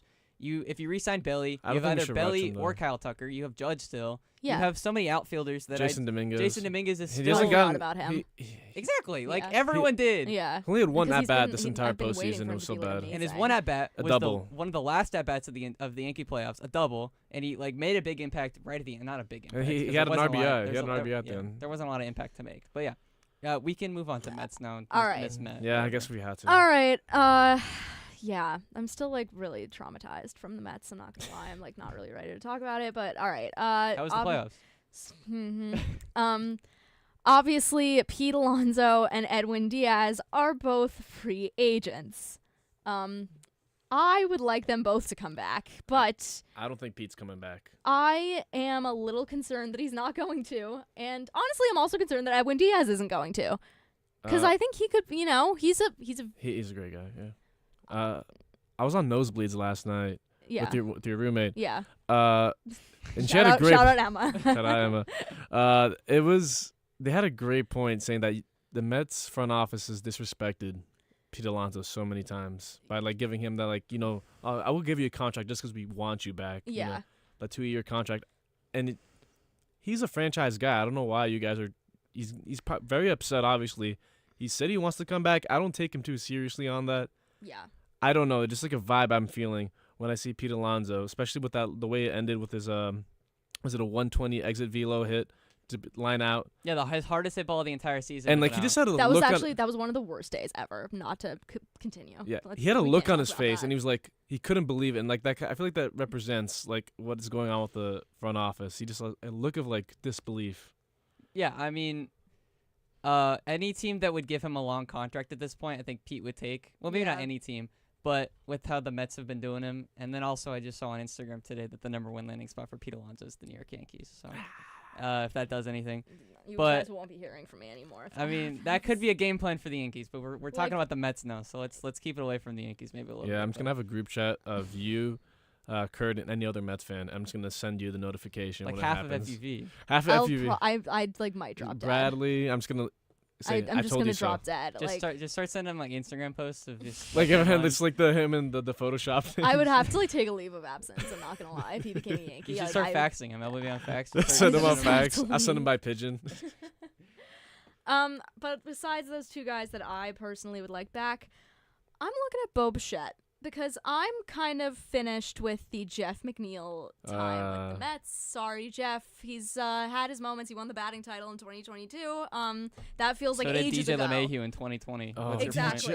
Is DJ retired yet? What happened? He's not retired officially. Okay, we're still going back to the Yankees. But he I'm kind of like he's very up and down. Not really what I want. Obviously, he's kind of a core Met right now. He's been there for a while, but I think he brings a great presence to the locker room. Yeah. That's like the loser way to say that he doesn't play well anymore. He's we're re-signing for $20 million because he's a good friends presence with some of them, but he also like had that weird thing with I know this is 4 years ago now. He had that weird thing with Francisco Lindor in 2021 where they definitely were punching each other and nobody would just say that. But anyway, that doesn't matter. I would love Bo Bichette. We saw, first of all, like, here's my problem here, is that I would feel bad if we broke up him and Vladdy because they've been playing together since, like, they were children. Yeah. So that would be kind of a bummer. You could say, well, Grace, why isn't Vlad just come to the Mets? And to that I said, well, then where would Pete Alonso play when he comes back? It could have worked out for you guys. Vladdy back at third. I don't know. A lot of balls in the air here. But I want Bo Bichette definitely on offense. I don't know about, like, I don't know if he goes though, because he wants to go back to the Blue Jays. I think everybody wants to go back to that Blue Jays team, dude. Like they really want to run. They could run it back. They were run it back. and they were so close. Like it was really kind of like really sad. Well, I think with also the energy they built going from last to Game 7 World Series, 2 outs from away from a win. I think that you just can't leave that team right after. I don't think you can. I mean, his defense, though, I don't know if that really fits in. I think that if the other team does sign him, though, you'd have to put him at second. Because I think especially if I'm playing the Mets, which is definitely devil's advocate. If I'm playing the Mets fan, Lindor's obviously at short, so you have to move him over to second. Yeah. Because that's the only way that you'd be able to use him. Which is perfectly fine. Which actually works out nicely because I'm not attached to Jeff McNeil anymore. Yeah, so. I think it's a better fit anyway. Yes, I think he's a better fit. He brings more production. He's younger too. Obviously, one of the big stories with the Mets this season was the pitching. Left a little to be desired. I'm like depressed talking about this, guys. How was Clay Holmes? Clay Holmes was solid. Clay Holmes was solid. Guys, I don't like that wording. I don't like that wording. He was solid. There was a lot of. I didn't hear the confidence in that statement. Don't throw 3.53 ERA. I'm not complaining. I thought it would be worse. How many innings? How many innings did he throw? What, 180? Yeah, something like that. I can't remember, dude. He went 5 a game. What about 165? Yeah, exactly. That was the problem. But well, that's what happens when you take a closer and turn him into a starter. The thing is that I think that they signed him with that caveat, like he's not going to be able to go long, and he did what he could for when he was pitching, but the organization failed last year to build a rotation that could be sustained because they had injuries, and then they relied at the end on guys like Nolan McClain, who was fantastic, and Jonah Tong, who was very hot and cold. And Brandon Sproat was also good. Winning baseball teams do not rely on 3 rookies to carry the rotation. It doesn't work. It just does not. And I appreciate that we've got looks at them and that, now we know what Nolan McClain's going to be. But I need solid, proven starters. I'm not even saying that it has to be Tarek Skubal. That would be great. I need at least 2 solid starters. They don't have to be aces, just solid. Okay, well, throwing the question back at you through the starter question at us. Who do you go out and sign? I like Shota Managa from the Cubs. I don't hate that. I love it, see that. actually. I think I'm a big fan of his. That's realistic. That's very realistic. And it's realistic. It's not crazy. But if they could get him and Skubal, that would be great. I don't know about Skubal. The payroll I'm being scared about the gutter. the payroll is exploding. You just keep saying, we want Bo Bichette, we yeah, want Vladdy, I have a lot of Skubal, demands, guys. we want so Ohtani. We actually want the entire Dodgers I lineup. would love window shopping to the max. Yeah, send me Mookie Betts while you're at it as a little side thing. But I really need at least 2 solid starters. The one that came to mind is Imanaga. Dylan Cease is an option. I was going to say Dylan Cease. He would look good in Mets. Who's the guy from the Diamondbacks? Zach Gallen? Yes. He had a down year. He had a down year, but I feel like that's not who he is. That means his value's down, which is Exactly. good. When you sign him, his value's going to be down a little bit. And Exactly. if he goes back, which I think he will bounce back. back. I think he definitely does. I don't think he. Right. I don't think he's as he had such a bad good as he season was. in 23 and 24. Right. It's just one bad year. I wouldn't down his value that much as you want his value down to sign him. Yeah. I wouldn't say that this is who he is though. Grace, quick question. What happened to Kodai Senga? What happened? Nothing good. Was he playing in AAA for a bit? Like they sent him down, right? Yeah. He took Ghost Fork a little too serious and turned to Ghost. Yeah, that's me, Lydia. Thank you, Lydia. I've just said he stinks into the mic. Thank you for your contributions. But he went to AAA. He got injured before that, and that is when things really took a turn. It's kind of giving me like Tanaka vibes. Like what's going on? No, do not disgrace the good name of Masahiro Tanaka. Do not. I'm not do that. disgracing. I loved do not him. do that. I loved him. Masahiro Tanaka was the only player on the Yankees team in the late 2010s that could pitch in the playoffs. Masahiro Tanaka in the playoffs was absolutely. He was a demon. CC Sabathia was also a dog, but Masahiro Tanaka was a dog in the playoffs. Yeah, I'm just getting that kind of vibe. Like he just he was dominant. Now an injury, then another one. I'm hoping that's not the case. It was just so bad. It was like a giant conglomeration of things that kept happening, and it just snowballed. But I don't want Senga to have to be like their ace anymore. I love him, and when he's good, he's good. But I don't want him to have to be their 1 or even their 2.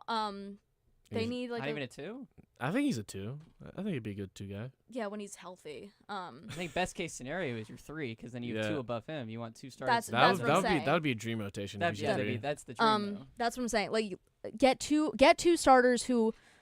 I mean, I don't even know, like, other than Skubal, like, who is such a guarantee at 1 right now? Because, like, you can't go into 2026 and be like, yeah, Nolan McClain is our ace. Like, no. He started 10 games last year. Like, we can't, or not even, I don't think. I mean, there's free agents on the market. I just don't know if they're going to leave. Ranger Suarez, I don't see him leaving. Frember Valdez, I don't see him leaving. Like, they're technically free agents, but there's guys that are free agents that I think are going to leave. Would leave. Like, the Astros are on the down. I don't know. Okay, I would take Framber, actually. He's tough. I like him. I'd just take everybody. I don't know if the Astros are ever down. As a Yankee fan, I hate the Astros, but I don't know if they're ever down. I do think they believe in themselves all the time, too. Like, they're not willing to get rid of people. And I think they have enough pieces, because they still have Jeremy Pena. They still have a lot of pieces. They still have Jordan. They still have, like, a ton of pitchers. They're always... Well, we don't talk about Altuve. Don't take out my shirt. But they still have pieces there that I think that they can come back. But then again, other free agents that I don't see moving. I don't see Josh Naylor leaving Seattle. I don't see a lot of Seattle leaving. I don't see. Well, Eugenio Suarez is a weird case, but I don't see Josh Naylor. Oh, he should stay. I think he should stay there. I think a lot of Seattle stays. I think Seattle has a very, very good core. Especially, I love. Run it back. They make it a World Series again. I mean, not again, but not again. Not again. They should have. First time in many. Actually, ever. There's never first time been ever. Again. Yeah. Never been again. First time. I see a lot of Seattle coming back, but I mean, I think it's a little early to say like they're gonna go to the World Series. Aren't they the only team that hasn't made the World Series? Right? Yes. Wow. Yeah. even the Rockies made it before them. Yes. Yes, Rockies made it in 2008. Yeah, against the Red Sox. Yeah. Or no, not 2007 against the Red Sox. 2008 was Phillies Yankees. 2009 was Phillies Yankees. Yeah, 2008 was Phillies. They beat Phillies who? I don't know who they beat. I know the Phillies Was it won. Padres? No, it's not Padres. I am looking. That's such a forgettable. Oh, it was Phillies Rays. Thank you. Yes, it was. The Rays lost. Yeah, obviously. I forgot the Rays. Forgot they existed. Forgot the Rays existed. And these they days. made it in 2020. Hey. Good job, Rays. Yeah, thank you. guys made it. And Randy Arozarena was on Demon Time. Brett Phillips. 2020 Brett Phillips. Brett Phillips, who I Blake believe Snell. retired. Yes, rest in peace, Brett Phillips. Yeah. He's not dead. He just retired. Yeah. Makes it sound like he died. He will be in the Hall of Pretty Good. Oh my God, I Blake love Snell. Hall of Pretty Good. I love Blake Hall of Snell. Pretty Good. All right, Mets also bullpen. Exercise their option on Brooks Raley, who's coming off of Tommy John. So, question mark. And then they declined their option on Drew Smith. So, if anybody wants Drew Smith, No. I was gonna say, No. I'd rather have a bag of peanuts. he seems like a very nice guy. He's a good locker room presence. He's a good locker room presence, and he was really sad when he had to miss the whole season, and I felt really bad, but he's not going to be on the Mets anymore. So thank you for your service, Drew Smith, but Mets might need a bullpen arm. Well, Tyler Rogers, I believe, is a free agent. Tyler Rogers, I would like them to. Yeah, they should bring him back, and they should bring Edwin Diaz back. That would if I don't they know did about, that. You can only take one. You can't take both. You're not getting both. Oh, No. What about Ryan Helsley though? Because Okay, I know Ryan I'm Helsley so was very confused. bad on the Mets. He's so. Let me check it on stats. He's so confusing because He I'm was- like, I know he's better than this. Yes. But his ERA his overall ERA, 4.50. Which Not is what I heavily want. weighed by the Mets ERA. Right. 'Cause Actually, well, yeah. With St. Louis, he made how many? He was in 36 games for St. Louis before the trade. ERA of 3, and then he comes to the Mets, 22 games, 7.20 ERA. Yeah, that's where so, it happened. Not quite sure what happened there. But I have to believe that he is better than this because he has been pretty consistent over his career. And at the time, I was like, this is great. Mets have Ryan Helsley. Great move. It's a very New York thing to sign multiple relievers at the trade deadline and have them all implode and think. Except for Tyler Rogers. Well, think you built a super bullpen and then it turns into nothing. Exactly. And we got David Bednar, and that's about all we got. As Yankees. Duvall. Camilo Duvall is so weird. Camilo Duvall has the stuff. I It don't- just you I can't don't. locate He's him. another one of those guys. I'm like, what's going on? And then Jake Bird pitches Jake 2 Bird. games, has probably a 30 ERA as a Yankee because he allowed 30 runs, and then goes to the minors, and I haven't heard from him since. I think he flew away. With Duvall, I think we got to give him some more time because he just got traded there. Half a season. I'm not gonna I wouldn't write hate, him off yeah, there. Just keep him. Yeah. Just keep him. Yeah, I think he's a good arm, especially with the speed. I don't know. Yeah. Luke Weaver, I wouldn't resign though. Which I love Luke Weaver. It's so that hurts. That hurts. Can I have Luke Weaver? No. You can have starter Luke Weaver. You can have him as a starter. Yeah, Dude, that's I don't fine. know what happened. Him as a starter though was horrible. Dude, I need a but breakdown on what that's- happened because you can't just go from one of the best closers in baseball to not even being a good setup guy. He totally lost his confidence. He I got feel Colorado like. Rockied. He got Yes, he allowed a did. home run, his first home run of the season in Colorado, and then after that, every single time he pitched, he allowed a homer. Yeah. That's what happened. It was the Listen. downfall of Luke Weaver will be studied. But I would I take miss Luke him. Weaver for the Mets bullpen, to be honest. I don't hate that. I like it a lot, actually. Also because I love him. I think he's hilarious. He is hilarious. So. There's a lot of He's there's, such- Weaver's he's so World. there's a lot of good locker room Weaver's World. presences in the Yankees. Yeah. Yeah, not a- Good No, you know locker who- room presence. There's a lot of good ones. He's a what's his really good name? guy in the room. Oh, I forgot one of this guy we just traded for too. He's from Puerto Rico. I forgot his name. What? He's I don't know how to describe it. I gotta pull. I forget players' names so often, especially bullpen guys. But he was he was great. I love this guy's energy. Is so funny. I what's his genuinely name? have no idea what he's I'm talking sorry. about. Give me a second. He said bullpen guy, and I can't think of. The Fernando Cruz. Fernando Cruz. I love Fernando Cruz. Oh, that's who you're talking about. Yeah. Okay. He's said- great. okay. I'm not sure if I told you this story. It's actually a crazy story. Please. It's about Yankees Red Sox series. My brother has a cousin who works for the PR people that help the family of the Yankees players. Yeah. Mhm. And so he gave him tickets to my brother and for me and my dad. And my dad's like, okay, yeah, let me ask Lewis if he's busy that night. And I said, oh, I had a test. But he didn't, like, lead with, like, oh, I've got tickets for the Yankees game. So I just told him I had a test, not thinking much of it. I found out later that they went to the game. Mm-hmm. But it's not the fact that they went without me. It's what happens after the game. So. Uh-oh. Wait, what game was it? This was game 2 when Jazz when he ran all the way from first to home. Yeah, I went to game 1 by the way, and that sucked. Yeah, but game 2 that was an electric game. And while they're sitting there, they look around and they recognize they're sitting with the family of the players. Mm-hmm. And like, oh, that's crazy. You know, like they're saying hi to them. You know, asking them questions. You know, fanboying. At the end of the game, security comes and takes them like to this elevator. And so, okay, guys, we're going down to the clubhouse. And they go down to the clubhouse, and they meet all the Yankees players. My dad was hanging out with Fernando Cruz. You should have skipped that test, man. Yeah. I didn't know. I did not know. Okay, wait. What class was it? What class was it? It was investments and securities. You can skip that test. I would have skipped it in a heartbeat if I knew what happened next. Lewis. So they're taking pictures. Jason Dominguez, Volpe, Cody Bellinger. Oh, man. But my dad is like talking to Fernando Cruz's son. He's kind of hanging out with him to the side. Then Aaron Judge comes out. Okay. And then he walks over to the kid because it's Fernando Cruz's son. He's like, hey, Judge, can you sign my ball? And he said, of course. He signs his ball. He says, can you sign something for my friend right here? And he looks at my dad. He's like, okay, of course. No, anything for a fan. He signs my dad's, like, he didn't even have he had a dark jersey on, so he signed my dad's pullover. And now he's a signed Aaron Judge pullover, and I could have been there, and that breaks my heart every day I think about it. You yourself could also have an Aaron Judge signed pullover. Yeah. I could. But you had to be an academic weapon. Dude. Right. Did you do well on the test, though? Yeah, I did. Okay, well, I guess it's kind of worth it. But, like, dude, I could have met Aaron Judge. And he shook his hand, too. Oh, my. You could have touched his hand. I could have touched Aaron Judge. I don't know. That hurts. That story hurts. That's crazy. I could have been there. That's it. I'm so sorry for your loss. That's like. I wouldn't let that happen to myself, to be honest. Me personally. I fear I would be like, this test is like one moment in my didn't know. life. I didn't know. Yeah. Like, I didn't hear about this until the next day. I'm like, oh, hey, Dad, what's going on? It's like, I have to tell you the craziest story. I'm like, oh, so why didn't you invite me? And it was like it was you and James, right? And you're like, oh, you said you had that test. He was like, I don't want to get in the way of your. No, he literally said, "Oh, career. yeah." The moment you told me to test, I was like, I was not even gonna invite you anymore because your schoolwork goes first, Lewis. So I'm like, yeah, Dad, yeah, totally. And I was crashing out on him, like, what are you talking about, Dad? You know. As you're sobbing on the phone. Oh my God. I could have met Aaron Judge. I could have met everybody.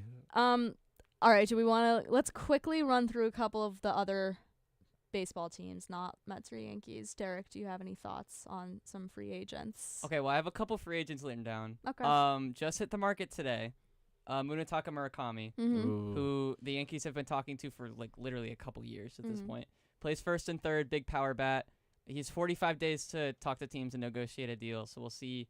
I think December 23rd is the date. I don't know if that's when he needs to make a deal, but that's at least the negotiation window. Alex Bregman is a free agent off the Red Sox. Kyle Schwarber's a free agent. That's going to get talked about a lot. Yeah, a lot of Yankee fans want him for some reason. I'm not a fan of that. He also is DH heavy, and we have the Yankees have Stanton already. We don't need power hitters anymore. Yeah, contact. And then last one, also from the Phillies, JT Realmuto is a big one. The eye roll. Hate him. Sorry. So the Mets, the rivalry goes deep. I think Phillies stay put. I don't know where Alex Bregman goes. Alex Bregman, I think, should stay with the Red Sox because he's so Boston, and they love him there. I don't think he's gonna stay. I don't know if he will, but I think he should because he fits so well with Boston. And I think you guys aren't gonna like this. I think Boston has potential.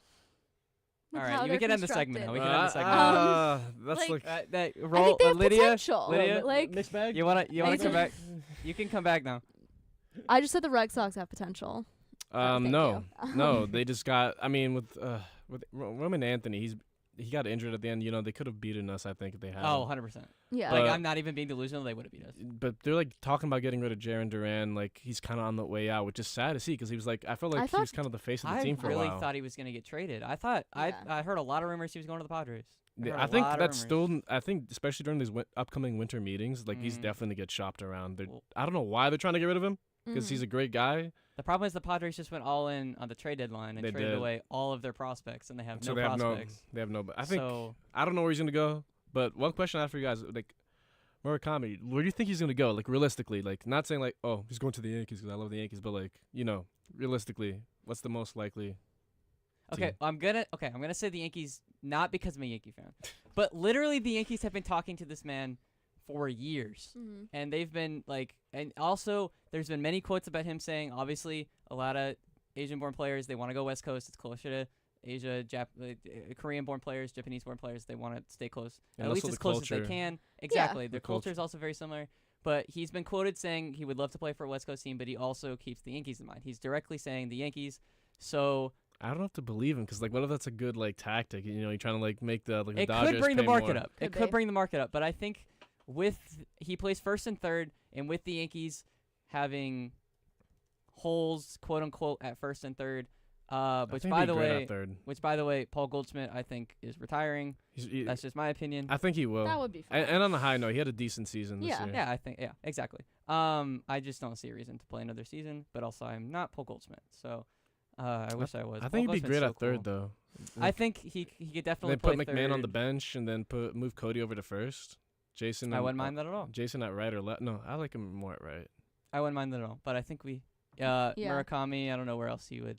I mean, obviously I West think Coast is always. I an was option. gonna say I think either the Yankees or the Dodgers for him, just because the Dodgers It's the only two options. Yeah, at this point. it's yeah. No Mets? No confidence? No. No, I have that was so bigger- sad. I have No. I have bigger problems with them right now. Bigger They have fish to Juan fry. Soto. Juan Soto. Juan Soto. MVP candidate. Juan Soto. Number 3 MVP candidate, Juan Soto. He's not winning it. No, of course he's not winning it. Ohtani is going to win every MVP. As long as Ohtani is like breathing and doing decently, he's going to win like Did you see 9 the out of MLB his post next about 10 it? MVPs. Did you see the MLB post about his dog? Yeah, they that was posted his Holy dog as 2 Glaze. rings. Holy Ohtani's dog is Glaze. more rings than Aaron Holy Judge. Glaze. Oh my. I'm so tired of his dog. I'm sorry. I love dogs, but Yeah, it'd be like enough. I've seen much too documenting much of everything that about dog. his life. I'm a Like It's cat kind of person annoying. Anyway. he's like, oh, Ohtani, you just ate like a bag of chips on the sideline. Right. Oh, Ohtani with the Cheeto. Like, Yeah. what are we doing? Come yeah, on now. this is like next level Glaze. It was especially after, I mean, listen, the 3 home run game, like, yes, obviously one of the best individual performances ever, but like the posting was like even worse after that. I'm like, And is he like in contention for GOAT status now? yes, I think Is he there yet? Is he there yet? I don't think he's there Oh yet. no, he's definitely not there yet. But he If he keeps could it up, like, easily be there in a few all right. years. So let's say his career just ends today for like whatever reson. Where would He's you a Hall rate of him? Famer, but he's not the Obviously GOAT. Hall of Famer, Yeah. easily. He's not the GOAT though. But No. where is he? Like top 5, top 3? Top 10. 10 Top definitely. 10. I think there's definitely pitchers. There's a and- lot. and Well, batters and above also him. the thing is like, are you gonna like? how Well, do you there's also judge the it debate based of who's off the GOAT like, in general. Right. Yeah. There's who's the greatest baseball player, and then there's like, you throw pitchers in there, like it gets Yeah. it's a lot. Honestly, so obviously it's 2 different things. I don't believe in like GOAT of all time because like it's eras. Like they're just so it's so That- messy. that's true. Well, especially with baseball, the differences in hitters and pitchers. I mean, in basketball, you can debate who's the GOAT a lot easier because, I mean, there is different positions, obviously, but they're not as different as literally the difference between pitching and hitting. Yeah. I think the debate is more who's the best hitter and who's the best pitcher, but then Ohtani Yeah. does both. So, like, how do you even throw that Yeah. in there? I Yeah. And how do you value his pitching It's and his hard hitting? it's hard to judge because Well, we've never seen something like this. Never. Well, pitching is also inherently less valuable than hitting because you don't pitch every day. Yeah. But it's hard to weight it, which WAR tries to do, but a lot of I people don't think WAR. WAR is a messy category. WAR is very weird. We're Yeah. going so off track. I'm No, sorry. it's good, good. it's This good, is though. on track. But all right, I think we can wrap here, and when we come back, we'll do a little random chatter, little baseball movie talk, which is a great topic for me. You'll see. Oh boy, he's gonna go on a 10-minute rant about Moneyball. Oh my God, guys, don't even. But yeah, I would. We will be right back after a quick break for our last segment of the day.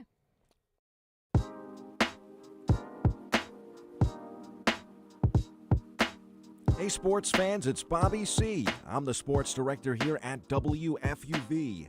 From live broadcasts of Fordham Athletics to coverage of all the professional sports teams in the NYC, we've got everything a sports fan could ask for. Like talking sports? Check out One on One, New York's longest-running sports call-in show, as well as our diverse collection of podcasts. If you're a Fordham student interested in joining our program, feel free to shoot me an email, bobbyc@wfuv.org. And as always, Thank you to all of our listeners who support us every week. 90.7 FM is the home of WFUV Sports.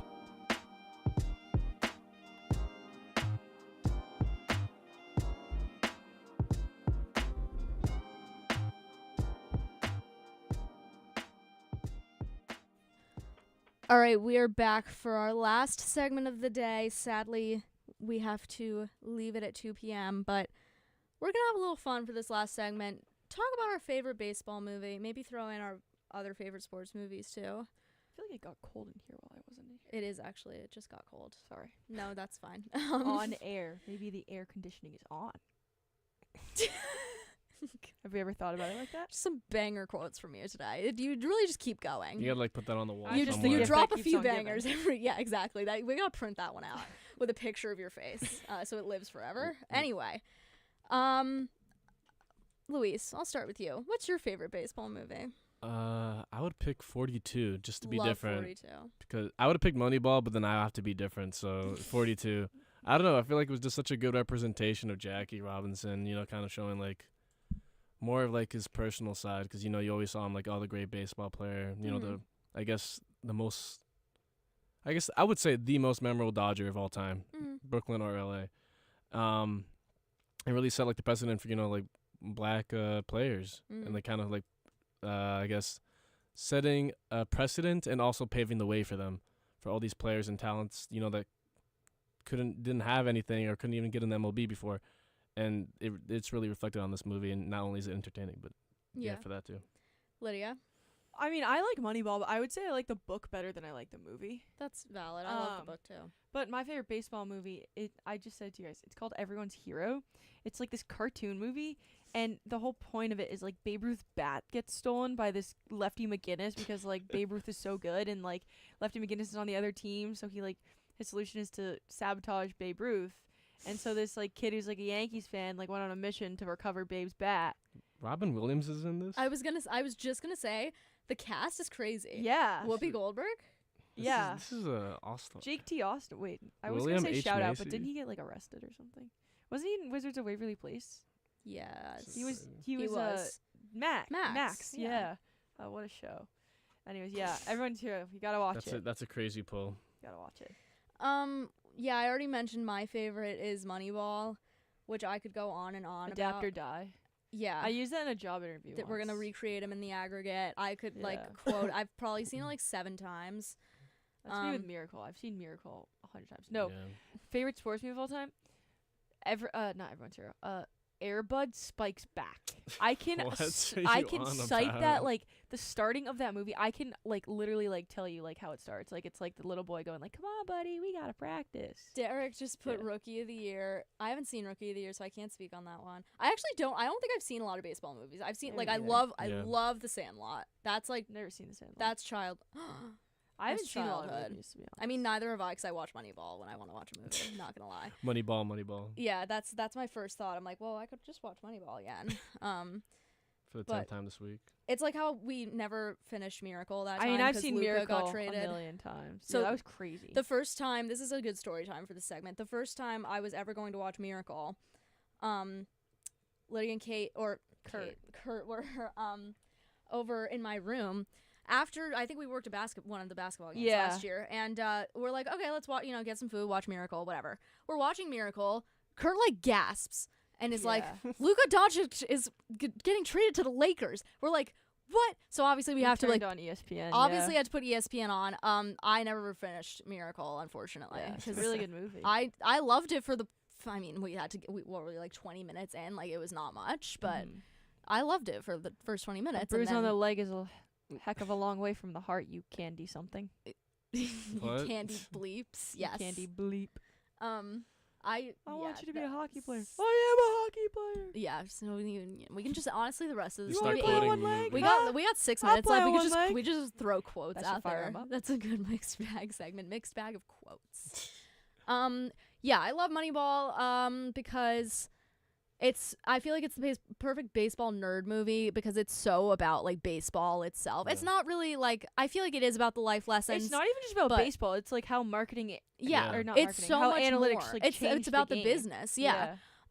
It's so much more than just like a cute little baseball story. Like, yes, there's the life lessons in there about, like, Billy Beane and all of that, but, like, it's also, like, stats and all of that. It's so interesting. It's so nerdy. Like, I was taking, like, a class, and that's why I said marketing analytics, and, like, that movie was brought up because it's like, oh, what is this show? And it's, like, it's the first time analytics was embraced. Yeah, exactly. And then, like, obviously for the 2002 A's, they lost in the divisional round to the Twins, but the Red Sox wanted to hire Billy Beane, but then they didn't, and then he I can't remember. No, they didn't. They didn't. But the Red Sox used sabermetrics, and then they won the World Series, and Billy Beane did not. So, like, obviously there's a little bit of, like, the real life aspects of baseball, like Billy Beane, and obviously not all of Moneyball is, like, totally realistic. Yeah. They did, one interesting thing about Moneyball is that they did leave out that A's team had, like, 3 Cy Young winners in the rotation. They did not talk about, like, Barry Zito at all. And Barry Zito was great. He was great. But it was, there's some people complain about, like, there's plot holes, and I'm like, okay, it's a movie, it's Brad Pitt, movie. like, it's fine. Just because Brad Pitt's in it, it's amazing.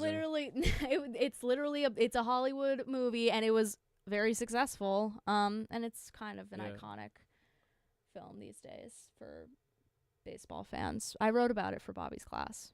So Bobby, shout out Bobby. It also kind of reflects where I feel like OPS was taken more seriously than an average. Yeah. It reflects a certain era of baseball, like old school baseball. Yeah, obviously, like, Billy Beane at the time, it was like, oh, you can't, like, they let all those guys go.